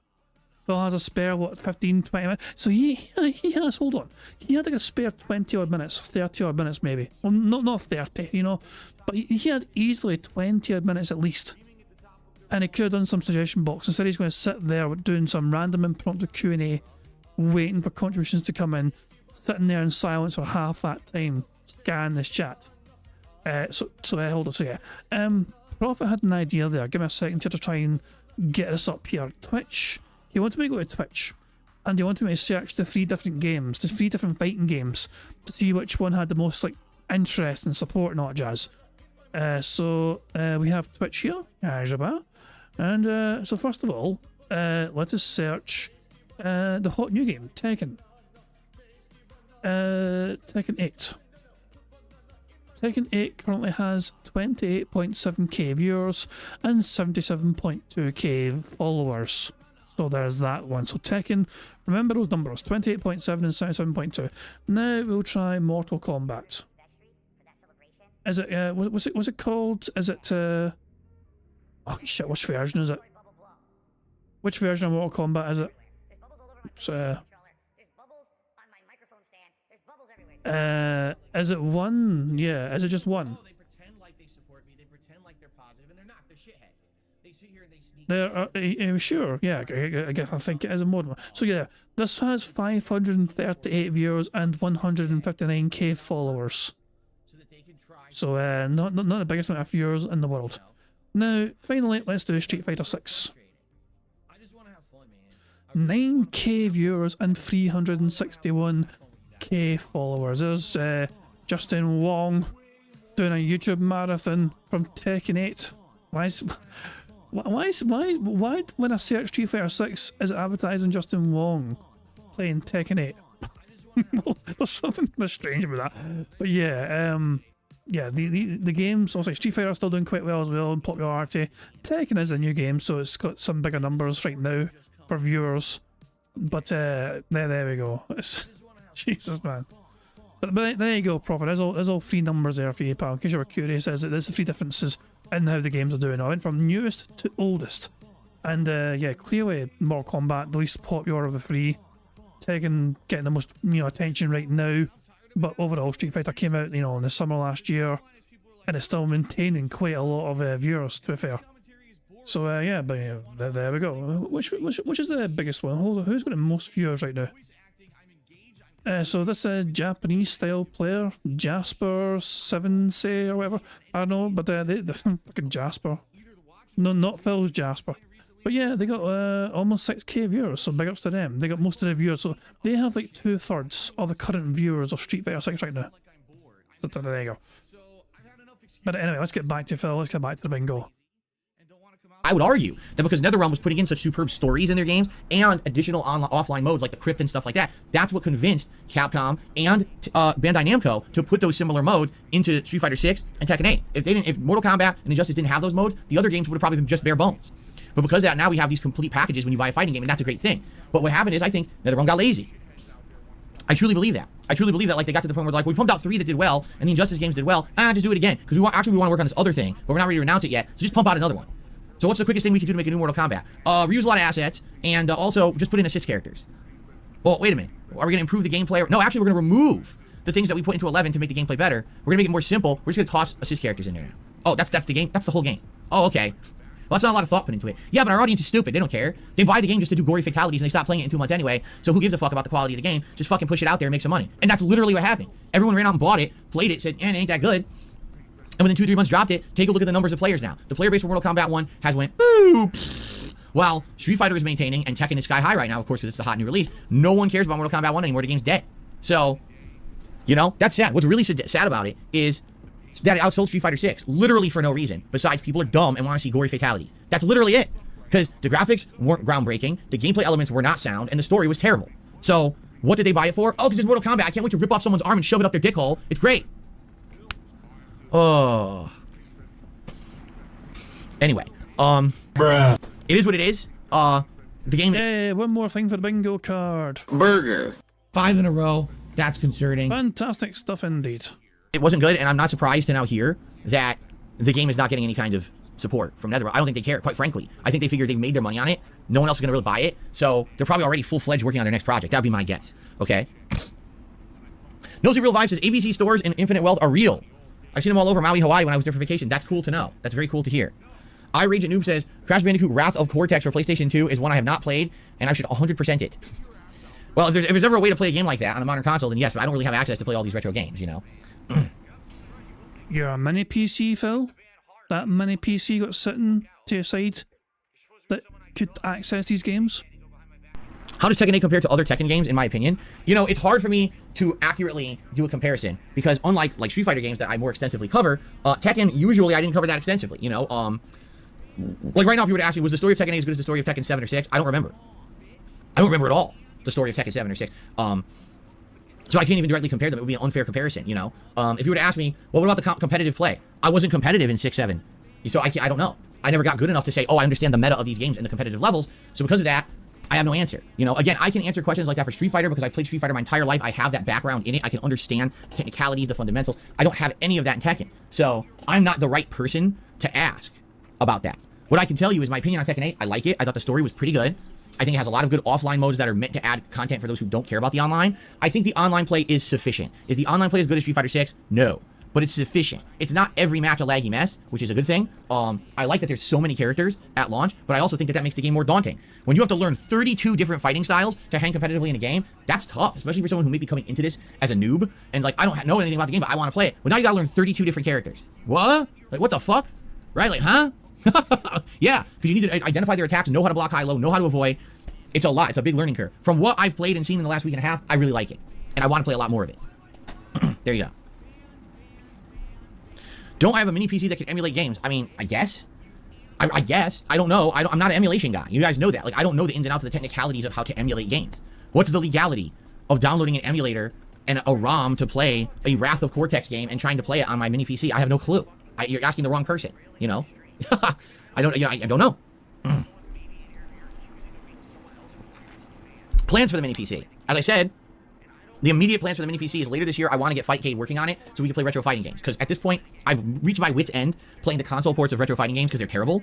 I would like to try to play the best version possible, and everyone says that's Fightcade. Now, the double-edged sword there is that when you jump on Fightcade, this is basically try-hard country, meaning the people playing on Fightcade are literally... I don't want to hear Phil fucking complaining about others being fucking tryhards when he has a fucking actual fighting game stick. He has multiple fighting game sticks for different consoles. He bought Street Fighter 6 multiple times for different consoles. Phil is like pretending he's not a damn tryhard. Give me a fucking break. So I rewind that and get a full context, but goddamn Phil, look who's fucking talking.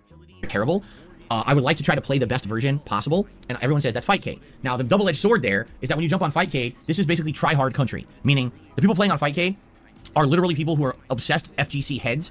They love playing these games all the time and literally just sit there all day playing the game. So I'm going to go to play Street Fighter 3 Third Strike Online, and I'm going to be playing against people who have been playing this game non-stop for 25 years. They never stop playing it, right? It's like, shit, I hope that I can hang. Maybe I can't. Maybe I'm going to play and immediately get spanked by everyone doing high-level fucking Third Strike play. I haven't had a high-level Third Strike match in like 20 years, so I might even be able to win a single round, right? I don't know. So, you know, but that's my plan. Outside of that, during the year, if there happen to be games that are PC-centric or PC exclusive, that are good games, and people want to see me try them, I now have the ability to do that, as long as it's not like an insane over-the-top graphical game, right? But any of these memeable games or whatever, those are possible. So, exactly. See, here's the thing. Gaia 1 says, as long as you own the original copy of a game, emulation is fine. But of course, how would I own it? Now I gotta go buy Wrath of Cortex original PS2 disc or something? And Anso Kamaru said it too. He said, literally everyone just downloads and pirates games, but we know what would happen if you did that. That's right. They would find some way to fucking report me and get me in trouble for doing it, right? Absolutely. 100%. That's exactly what they would do. They would try to, like, say, oh, Darkside Phil is stealing games or something, and try to... But you would be. Basically, Phil. Like, you were complaining about the possibility of people reporting you for doing a criminal act. Like, you know, you're basically complaining that people won't let you commit crimes in peace. Cause a big scene around it, when in reality, it's what everyone else does, and it's fine for them, but not for me. It's good for the goose, but not for the gander, right? Yeah, Phil, you're complaining that you can't break the law openly. And boo fucking who for you, I guess. Okay. Let's see here. I received a $5 tip, the first contribution of the day, from I love how Phil has to emphasise that. Never mind the fact that somebody gave him a fucking contribution, Phil had to emphasise it was the very first one. It took this long for somebody to give Phil money. It took like fucking 80 minutes of Phil's podcast for him to finally get a contribution from one of his den heads. Let's see here. I received a $5 tip, the first contribution of the day, from He Hate Me. He's Aloha Phil, are you gonna watch the Super Bowl? Brother. No, I'm not. I'm not watching the Super Bowl. I don't watch sports. I really don't have time for it. Why are you making a big song and dance about doing a special Super Bowl event to try and generate interest on your shitey fucking channel? It's not to say that I don't like sports, because in reality, I used to enjoy American football very, very much back in the day, when I was in a different life before I was a YouTuber, and when I had a lot more, what do they call it? Expendable time, disposable time, you know, time to do whatever you want with. I watch sports, but that was many years ago. So I just don't really have the means or time to really care about it anymore. So the answer is no, I'm not gonna be watching the Super Bowl, but I'll be enjoying doing the Super Bowl bash with you guys the day before. Let's see here. Spawn Killer did a $2 super chat. Will you bring back the suggestion box? If we ever have a podcast day where there's literally nothing to talk about at all. This podcast here for the last 25 minutes had nothing going for it. We have extra time, we could do it. But that really hasn't happened in ages, right? We have situations where usually there's something to talk about, whether it's a story going on, a news story, or something happened on a stream that we want to discuss, or there's a particular topic or something. I literally have the suggestion box open right here.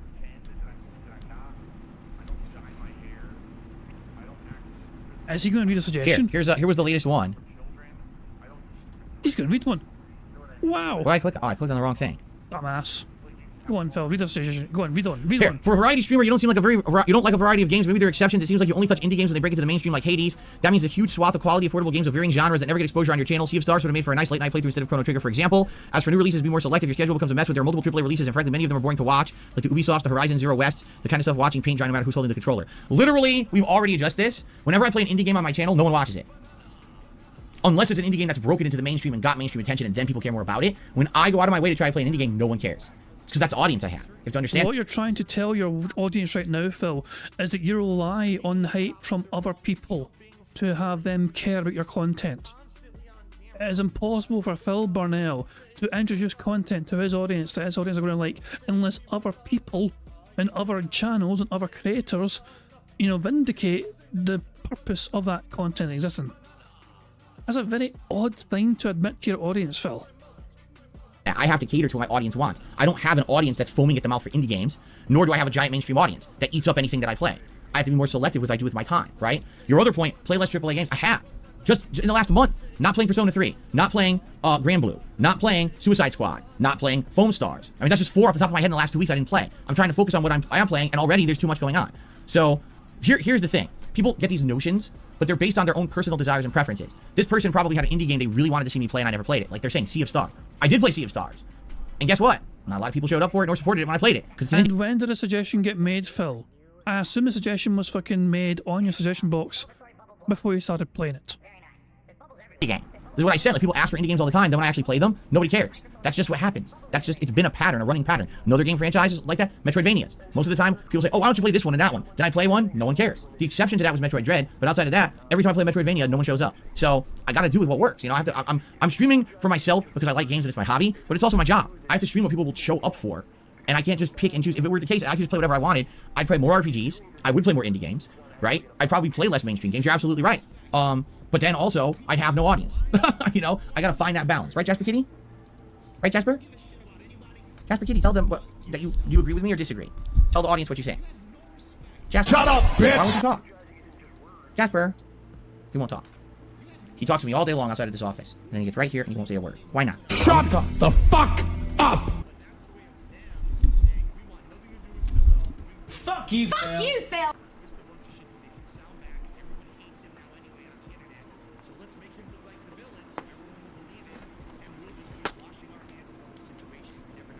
Okay. Anyway, so there you go. We did suggestion box. Here's another one. I wish you'd relax more when playing Street Fighter. It's one thing to be frustrated. You literally call people assholes and pieces of shit. And yes, I publicly acknowledged that and said I agree with you that I needed to calm more down. And basically, by the end, that was kind of something that I committed to. But then I stopped playing Street Fighter. Now with Tekken, I can't even really say because I just lose constantly in Tekken to lack of character knowledge. So that's not people abusing it or sucking. That's me not knowing shit and just falling for stuff. You know what I mean? Here we go. Leave the internet and reevaluate your life. That's a great suggestion. Thanks a lot. Let me leave the internet and reevaluate my life and go out of business and lose my house and everything that I own and the livelihood of my family. That's, you know, that's a really nice pipe dream for people to think that people could just quit their jobs and everything's fine. Yes, because as you know, I have several years worth of income saved up that I could just quit my job and reevaluate my life. That's the stupidest thing I've ever heard. People love chatting. We all have something to say. You're an interactive content curator. This is the new Phil. A new release brings people a 24-hour cooldown. The talk is too much. It needs to go down to 1 hour, 20 minutes. Huh? It's enough people can see what the streaming community is about and can start to interact with all of us. I have no idea what this means.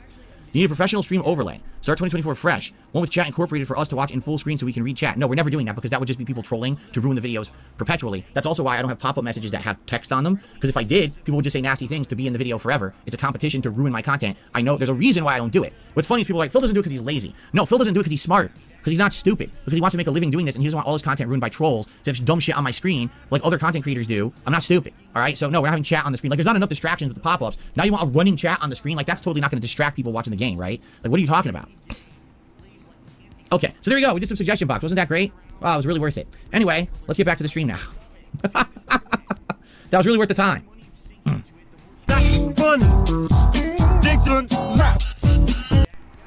Alright. I received a $25 tip from 1 Minute Man. For very combat in Baldur's Gate 3, you can use some grease bottles and or smoke powder bombs now and then. Well, the grease bottles just make everyone slip, right? I actually used that early on in the playthrough, remember? Wasn't it like the second fight? I used grease bottles at a doorway and all the enemies slipped through the doorway or whatever, and it was pretty funny. Since then, I pretty much already have like better things to use. Like I have area of effect spells and things that likely are just much better. Or the thing is, yes, grease bottles can be effective, but if you can use a giant damage attack instead, that's almost going to kill an enemy, it probably makes more sense to just almost kill the enemy, right? So early on, I think the throwables were interesting, but that happens in a lot of games too, where early on throwables seem like they could be useful, but then after just a little bit of leveling and getting a better build, you kind of realize that they're not that good anymore, right? So that's really why I haven't used it. It's not that I'm not thinking that I have it. Like I have tons, right? I have throwable bombs and things. I just already have other abilities that are quite good, correct?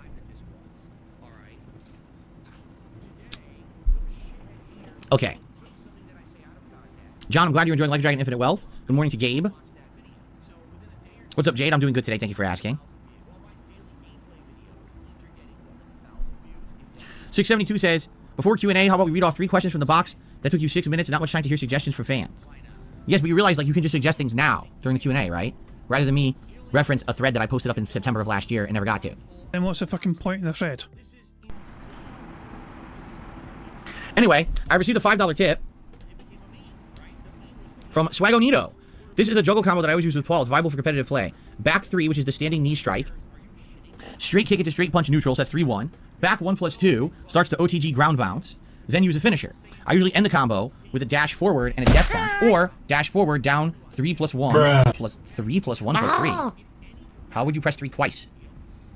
Make the bad man stop. So you're saying you can start a combo with back 3, is what you're saying. Like the rest of that combo I totally already knew. But you're basically saying that. Shut up, bitch! Oh, you're saying 3-1-3. You're not saying 3+1, but you're saying 3-1-3 like that. Okay. What was that? That. What was? Hold on. Hold on. Hold the fuck on. Hold the fuck on. But you're basically saying that. Like that. This is. Can somebody explain? So we're going to go frame by frame, and then this happens, And this happens. I'm so confused. And then he freezes and he's literally frozen. We're still going forward in frames here, and he just literally freezes up at that point in time. That is, I'm not kidding, that was him holding that pose, staying completely still, was not the screen freezing. He was literally like that paused in real time. But you're basically saying that... Wait, here it is here. And froze. Oh, you're saying 3... So hold on. Jesus, I've got to do something here. I've got to do something with this. Yeah, fucking hell, what the hell is this? He has been bugging out. Like, he's like stop operating normally. Earlier on, he was like, he's saying the same thing over and over again, like it was stuck in place. Begment.exe has stopped responding. I don't know. Let's see how this looks. Let's see how this is gonna look. There we go. Strange ass fucking face. There we go. Let me eat that towards my members as well. There we fucking go. There we go. Oh my god, Tacozilla. Well, hold on. I need to share what Tacozilla made. That is quite impressive, Tacozilla. I've seen that in the members Discord I've got there, and yeah, that's quite good. That's quite impressive. Yeah, I highly approve. I might be stealing that for tomorrow's thumbnail. Yeah, I might just shamelessly steal that. I'm secretly borrowing it without your permission. Oh, you're saying 3, 1, 3. You're not saying 3 plus 1, but you're saying 3, 1, 3 like that. Okay, gotcha. But no, I kind of already knew that combo, except I didn't back 3. I guess if you have to be counter hit, right? Or are you saying juggle first? That's the juggle combo I was using, actually. You launch, and you can do back 3, which is the knee, and then you do the kick punch, which is 3-1, right? Is it 3-1? Is it 3-2 or 3-1? It's 1. That's what I mean. I have to go in training and practice that. And then you do back plus 1 and 2, and that does the one that creates the ground bound. And then after that, you can do whatever you want. And I've done various things. Like, I usually do the down 4, 2, and then 1, 2 together. But if I actually found this out. In the corner, this is kind of interesting. You can bully people with Paul in the corner. If they're getting up and they block, you can do hammer fist into the death fist, and it actually creates this stagger, and they can't get out of it. They get like crunched against the wall, and even if they're blocking, they just can't move. So now you get a free hit. So you do like a free combo there. I was watching a pro player do it. I was like, oh shit, he hit twice in one match. I was like, wow, that's like super good, right? I'm like, whoa. So that's interesting, something to implement. What I need to know with Paul, what's his fast normals that I should punish with? Because that's the question I don't have an answer to. What are his fastest normals that you punish with? Because I don't want people just spamming on me with fast stuff. I want to punish what's not safe, right? Back 3 usually starts a juggle state. Okay. Down forward 2, cursor go forward 1, that would be the elbow. Down forward 4, that's the stomp. 3-2, so that would be the kick punch. Oh my fucking god, this is so fucking painful to endure. For the next 20 minutes, I'm going to be talking and saying absolutely nothing. Oh, for fuck's sake, Phil. Anybody care what this guy thinks? No! That's probably one of my new favourite fucking, you know, little sound clips I've got. What I want to do is actually, you know, the clip of that happening, I want to... so this is like beyond my fucking knowledge of like how to do it very well, you know what I mean? This is like, the original video clip is basically Homer and like everyone surrounding comic book nerd guy and just saying that to him. Replace his head with Phil's head. And everyone's just fucking telling Phil nobody cares what he thinks. You know, and you'll have it as wee animation pop up, like, you know, when I press like this fucking thing pop up as well. Dash up and demo man. So yeah, that thing happens as well. When I press that, you know what I mean, it has wee animation play as well as a fucking sound thing, you know what I mean? Yeah, so yeah, that's one day I might get a fucking thing happening as well for that particular soundboard clip. Anyway, let's crack on with the bingo, and yeah, we're doing quite well. We have 3 free spaces so far because of the snorts and burps, and we're apparently 23 likes away from 100 likes, and that would be a free space as well, which means we'd only need to, as things stand, we only need 3 things to happen. If we get 100 likes, we'd only need 2 things to happen. So it's in your hands, guys, potentially. You guys could be the difference between a full house and not a full house. That's the stomp. 3-2, so that would be the kick punch. Back 1 plus 2, that's the juggle. Dash up and demo man or wall combo. Demo man is the spin kick into the elbow. I'm going to speed this up by more. Demo man, right.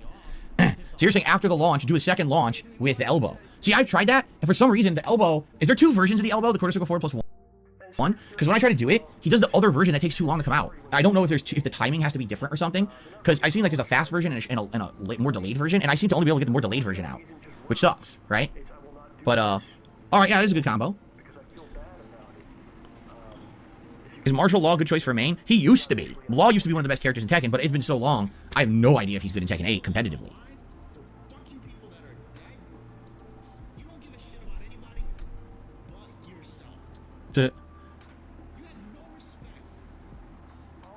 The optimal version, you're doing 3 different quarter circle forward plus 1s. That's the elbow. But it's very hard to do. Most pros don't even do it yet.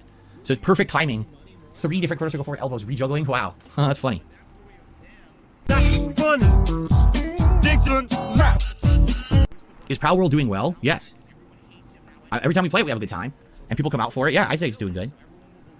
Would I play Kuma or Panda? Yes. That was one of the characters I was considering for the new character. Like I said, Kuma, Jack 8, maybe Yoshimitsu were 3, and then someone said Jin. So maybe like those 4 characters are some of the ones that I'm actually considering as my new character. But I need time to watch videos. What I'll do is if they have like a primer, usually there's a video intro to that character to teach you the basics and basic combos, punishes, stuff like that. I need to watch that to learn, to have a basis to start playing that character, and I haven't had a chance to do that. So, am I doing MK1 DLC when it releases? No, I'm never playing MK1 again. It's terrible. It's really not a good game. I just did not like it at all. When your heat, your normals change and allow you to have new launchers and juggle states when you counter-strike, I am aware of that. It is character specific, of course. Every character is different, and that's one of the daunting things about Tekken 8, that heat really changes the game, and you need to kind of know what to do with your character, but you also need to be aware of what changes with other characters. Like, I think that Lars kick, that kicked my ass the other day, that's because he was in heat, and that kick changes in heat and is like fast or something, because I couldn't even block it. And I was like, what the hell? How is it full screen so fast and kicking my ass? I think because the heat version's different. So, again, that's something that will come with character knowledge from playing the game a lot. Gaia says, I mean Yoshimitsu in Tekken 3, learned the game mechanics, and all 96 of his moves are mix and match. This is when I was 11. Yeah, Tekken's pretty wild in that regard, the amount of moves each character has, right? Jade says, can you first play Paul, then King, then June? I think that's the order I'm going, actually. I want to start with Paul for sure today, and we'll see how Paul goes, and based on that, do I want to play more Paul? Do I want to switch to King? Do I want to switch to June? We'll determine the time to switch. It could be just an hour each, but we'll see. We'll figure it out. Shut the fuck up, Philip. You want me to be Chaz? Get out of here, Philip! I will eat your sweater vest for dinner. Always been a fucking douche. I just had to press the button. Phil was annoying me so much with all this fucking shitey Tekken talk. I mean, if you like the game, then fucking fair play to you. But Phil, most of your audience get bored to fucking tears of all this bullshit gibberish you're spouting. It could be just an hour each, but we'll see. We'll figure it out. Fastest punch to the Paul, 1-2, or back 1-2, or down +1/+2. That's what I thought. So left punch, right punch, jab, jab, right? Or back 1-2, but that's a little slower, the back 1-2. That's the punch uppercut. Or down 1-2, which is the shoulder. Yeah, the shoulder I was already using. Is that really what I should be using for punishes? Because his launcher's too slow, correct? Like, if you can't really punish much with the launcher. The shoulder's like my staple, but I think back 1-2 might be better. It might do more damage. Oh god, you're watching Charmed? I never saw it. Dabhand says, yes, the Lars heat kick moves faster and has less frames. It's harder to block. That's what happened then. He was enabling heat at the end of the round, and he just started spamming the kick, and I couldn't do anything. I was like, why is it hitting me from full screen? I couldn't even defend it. I was like, it's like a full screen unblockable, and I know it's not unblockable. It's just, again, this is me playing this game for the first time seriously in so long. Now I'm legit trying to learn, and it's hard, especially when you're fighting a tough match. That was a tough match against that Lars, and at the end of the match, it's like, oh, now he gets this ace in the whole move, he gets to spam. That's frustrating, right? Boo fucking who for you. We have 100 likes on the stream, which means we have unlocked our 4th free space on the bingo card, and as well as unlocking a free space for the likes, you guys also get to enjoy the Bubbles animation, that Pixar animation, so very kindly made for us all to enjoy to celebrate 100 likes. And remember, as always, keep an eye in the bottom right for Jasper to do what he needs to do. Fuck him up. Go get his ass, Jasper. Good cat. Always a satisfying splat when Phil comes crashing back down to earth thanks to a double tap to the fucking oddly shaped head. Sorry, news is the side kick you're doing with June while in heat, it starts a juggle state and you counter strikes. I do it all the time. Cool. It looks like a great move. I gotta start using it more. Joel Law says, I'm playing the final Amnesia game. Hold on. I'm playing the final Amnesia game I still needed to play. A Machine for Pigs. You weren't kidding. Boring gameplay. Not surprised it was made by the Chinese room. They made Dear Esther. Yeah, it was not good. I like every single Amnesia game. I don't like that one. That one was very, very boring. Spawn Killer with another super chat. When did you stop doing Tekken tournaments and were your Street Fighter buddies competing in Tekken? No. In Connecticut, where I was growing up, all the 2D fighters were always the big thing. First, it was Street Fighter 2. Then it was the other series, like Street Fighter Alpha, Street Fighter 3. But then it was the Versus series. When the Versus series came out, that kind of took over for everything in Connecticut. So everyone wanted to play X-Men versus Street Fighter, Marvel versus Capcom, etc. Then there was Mortal Kombat. And Mortal Kombat 1, 2, 3, and 3 Ultimate were huge. And then it died out because Mortal Kombat 4 sucked. And then there was like Killer Instinct 1 and 2, those were big. And we also had SNK fighters, like the King of Fighters series at my local arcade. But we also did have 3D fighters. There was Tekken 1, 2, and 3. There was Dead or Alive, like 1 or 2. There was Virtual Fighter. But almost no one played the 3D fighters at my arcade. Like, I liked Tekken 3 and played it a lot. I was the best player at my arcade. No one was good at it. Like, no one bothered to play it and learn it. They thought it looked nice, but no one, like, got into it. Everyone was like a 2D fighter person in Connecticut. That's why, like I told you, at my local mall, they had a Tekken 3 tournament. I won it. I won with Paul. And I didn't really play Tekken that much because there wasn't that much competition at my local arcade, and I won the tournament at the mall. Like, why am I winning this? You know? Because no one played 3D fighters in Connecticut. So it was kind of like anyone who actually put real effort into it was you know, a rare case. So I love how, like, even though Phil is trying to pretend it's not a big fucking deal because, like, he was the only person that seemed to enjoy playing the fucking game, he kept that little trophy. This, like, fucking shopping mall generic fucking trophy. He has that trophy in his room, pride of place. So basically, it's within his eye line, it's within his sight to see this reward he got for fucking winning some sort of local mall tourney for fucking Tekken 3 or whatever the fuck it was.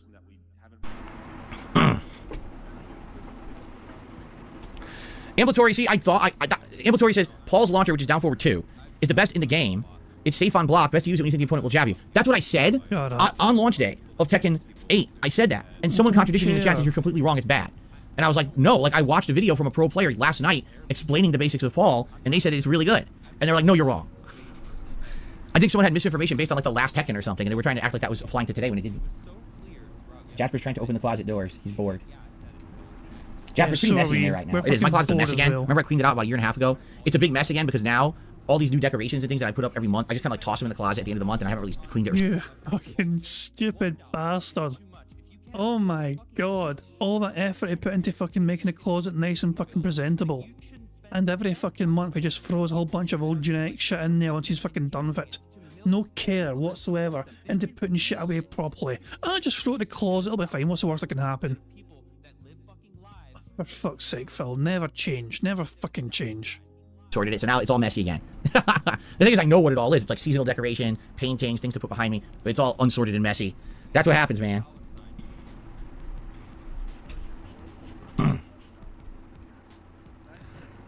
No one cares about Suicide Squad. It's dead. That game is dead, man. Oh, Jasper got the closet open. He just pushed the door open. He'll probably investigate the closet now. All right. Now, see, super like closet clean out too. That wouldn't be fun because the same shit you guys already seen. There's nothing new in there. It's just all the stuff that you saw moved around since I've been using it for decorations for months, so it's just cluttered in there. But that's all it really needs is me to go in there for like half an hour and rearrange and sort it. But it's all clustered again, all cluttered up. I still to this day cannot believe that fucking Dentheads gave him $600 fucking dollars in tips for a closet stream clean out. What are the key things to practice for someone who's new to Tekken multiplayer? Oh man. Okay. Number 1, recognizing high low attacks and when to block low, because the game will auto block high as long as you're not attacking, but you need to recognize a low attack and practice blocking low attacks. Critical to Tekken gameplay. Number 2, knowing your punish. What does that mean? Knowing that when you block a move, what is your fastest move to now throw out to punish the person who did an unsafe move that you've blocked? You need to know the fastest move for each character you use because you're going to be using that a lot. Block and punch them back and get free damage. Okay. Anybody Number 3, care what what's this your basic guy juggle? thinks? What move or moves will launch Anybody the opponent, care causing what juggle this state guy that now you can thinks? follow up with a combo, and of course following up on that, what's a basic juggle combo that you can learn as your bread and butter combo, meaning the one you'll use all the time because it's easy to execute but it's consistent damage. And okay, so I need to know when to do the launcher because this is my good launcher in this situation, and I need to perfect this combo because it's a good damage combo. If you can master high-low blocking, punishes, and basic juggles and combos, you've already gotten half the job done in Tekken. Now after that, it's nuanced stuff around learning character-specific moves, learning the advancement of this new heat system that everyone is trying to get the hang of right now, and stuff like that. Shut the fuck Oh, and also throw breaking, but not too many people are going crazy with throws right now, but I get the feeling later on they will. So throw breaking is also critical in Tekken, and that's a technique you can master. I have not mastered it, I guess. Whenever someone throws me, I just mash buttons and hope to get out, but there's ways around that. Like, there's actually solid techniques to get out of throws, but I don't know them yet. Make the bad I should do my hair like man Paul. That's stop. disturbing. Incredibly disturbing, what you just said. Have I found a decent fast character in Tekken 8? It seems like I'm not using the fast characters. I would say Paul is mid-speed. King is kind of slow. June is kind of mid-speed. I haven't really used a fast character yet. There are very fast characters in Tekken, but I haven't utilized one yet. I'm not saying I wouldn't. I might eventually. I just haven't gotten around to it. I've only played 3 characters, you know? No, I know. Joel Law says, my Suicide Squad copy arrived today. I'm sorry that you even bought it. Pray for my soul, not to mention Skull and Bones. No, again, Skull and Bones.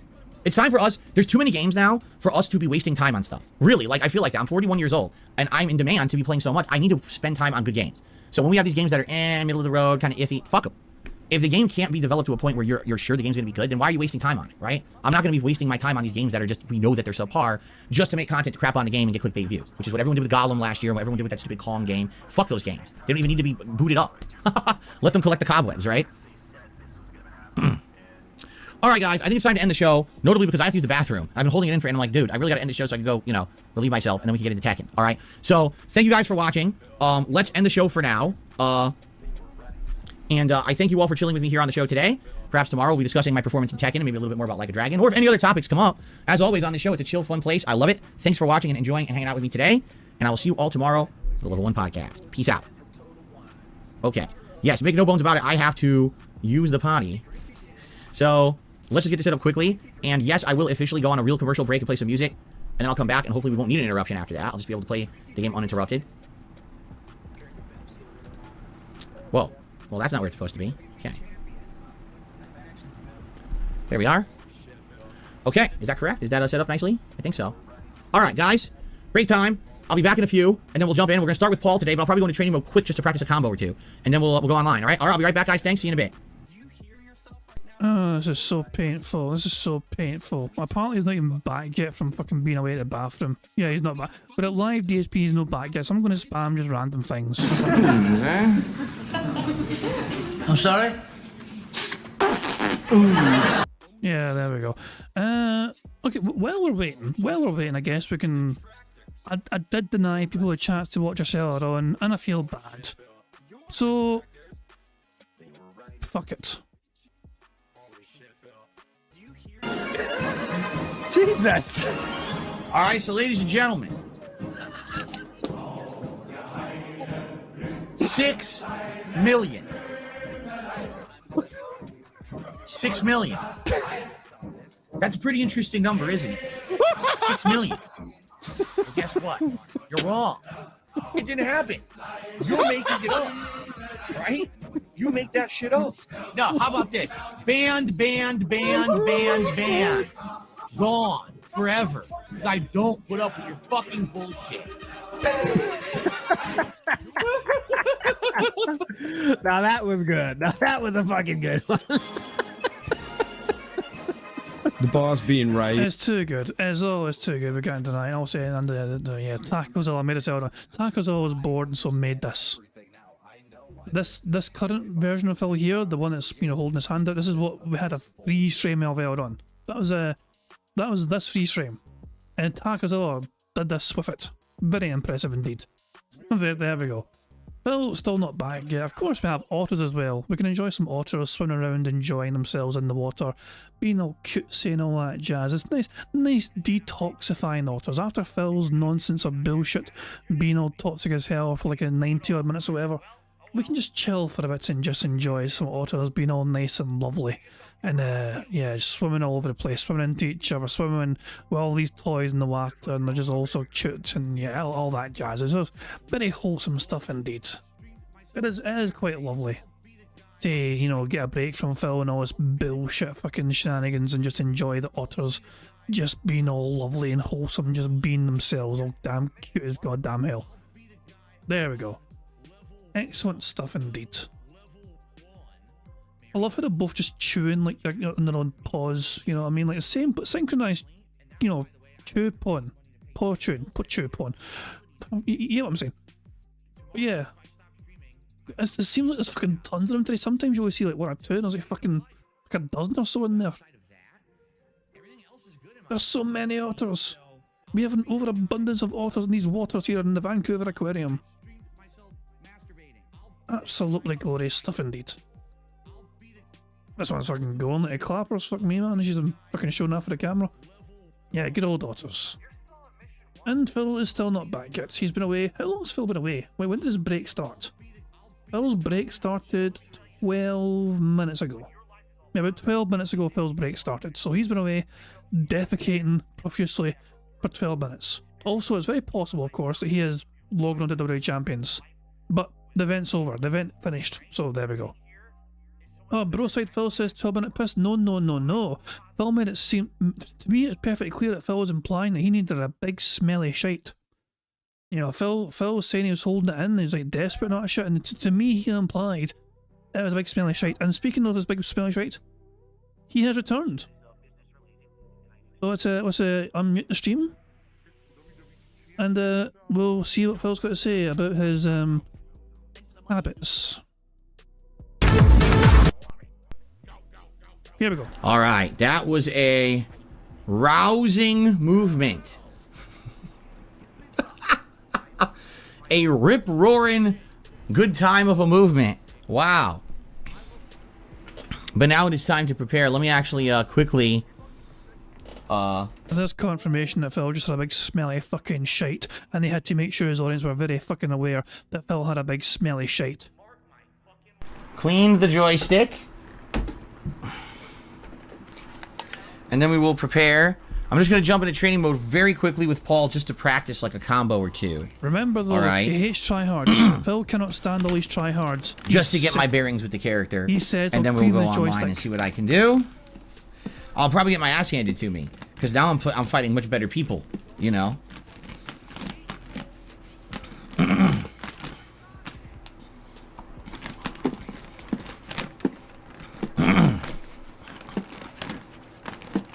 He sounds like he's fucking exhausted from cleaning the fucking joystick.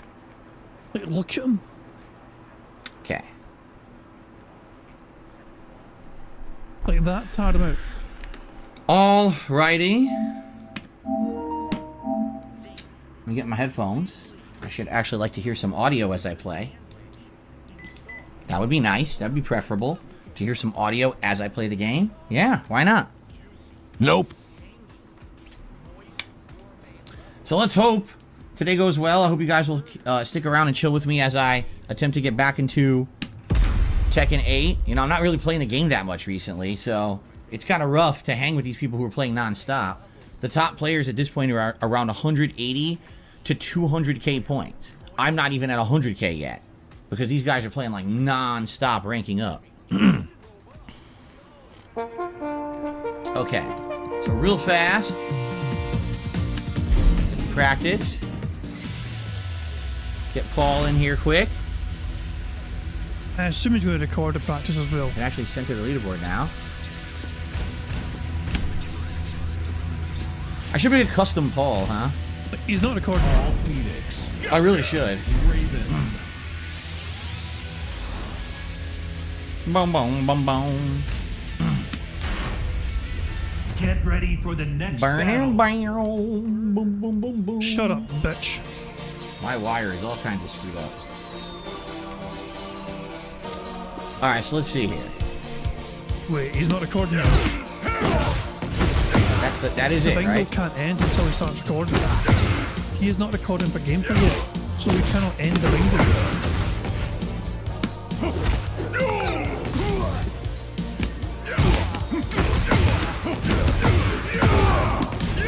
Yep, that's the basic combo. Not bad at all. A lot of people are doing that. Rising 3-2 has a quick get up, and there seems to be a counter hit that does pretty good damage if you get it to hit. Damn, that's 2 hits. Fuck, dude. Yo, that's 2 hits. Yeah, I know the frames are dropping. You should fix itself. It just fixed itself. See that? Oh, the camera is not fully sized.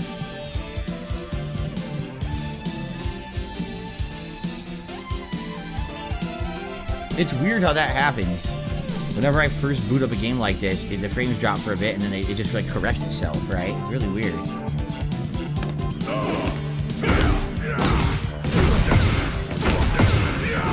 Missed. Too far.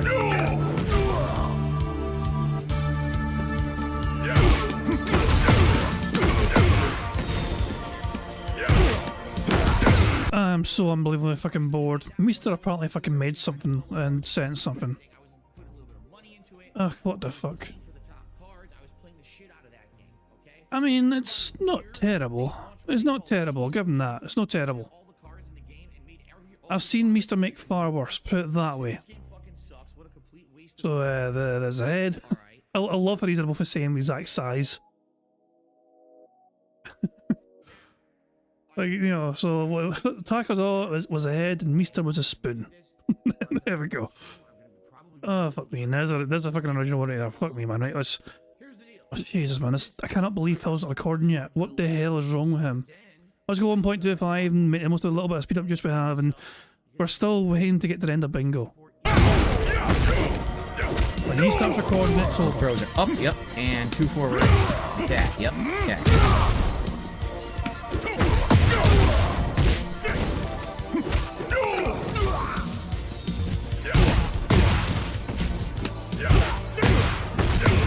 Yeah, see, if I do the kick, he goes too far. That's the basic combo. You gotta dash up a little closer. Okay. Catch his punish. Or that, right? Those are 2 punches. Or this. Mix up after. Right? Give me some throw. Now, someone found out these alpacas, if you fight fast enough, you can accidentally push the alpaca off the stage. Someone was doing a combo, and they punched, and the alpaca flew off into the sky and disappeared. It was really funny. Alright, I guess we're good. I guess we go online. Is it over? Okay. Is it about to end?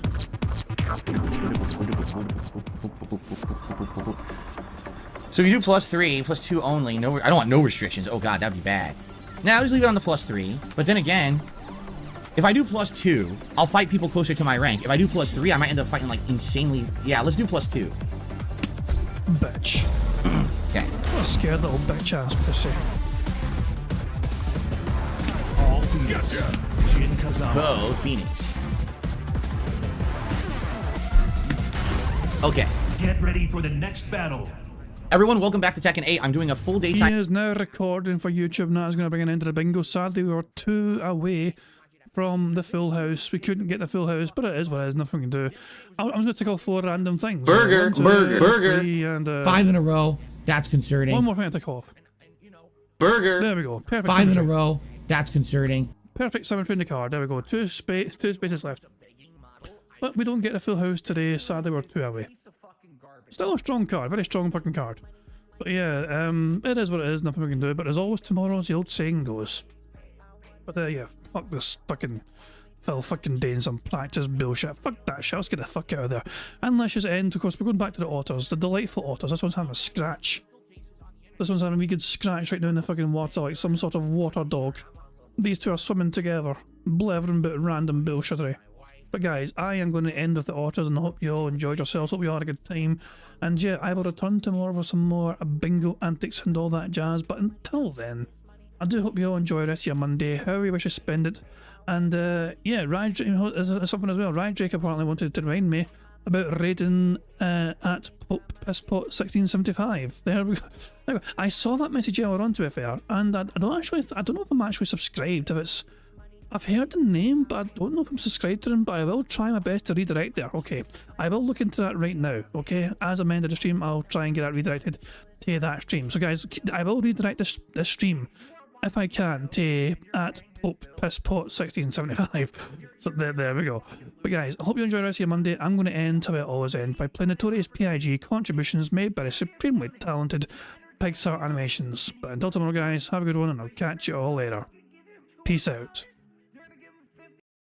On September 14th, a pre-authorized payment of $16.51 from PayPal.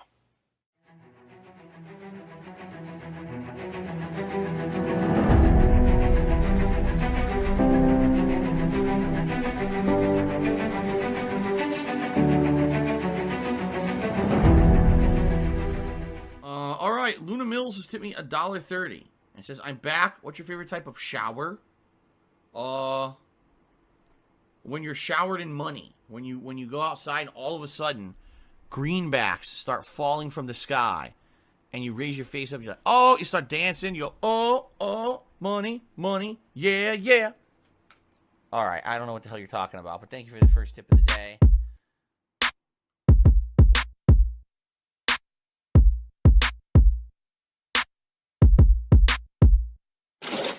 Money, money, yeah, yeah.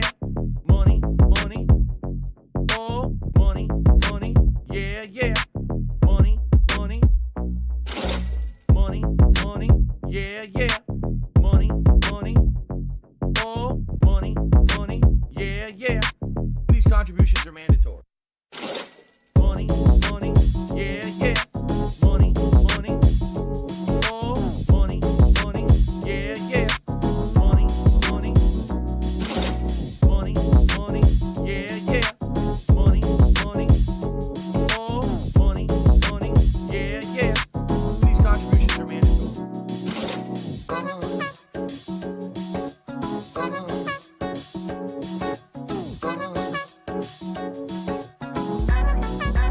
Show me the money.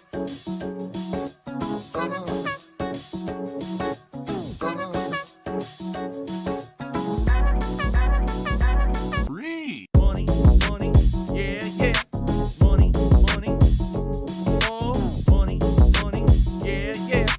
Money, money. Money, money, yeah, yeah. Money, money. Oh, money, money, yeah, yeah. These contributions are mandatory. And it's gone, just gone like that.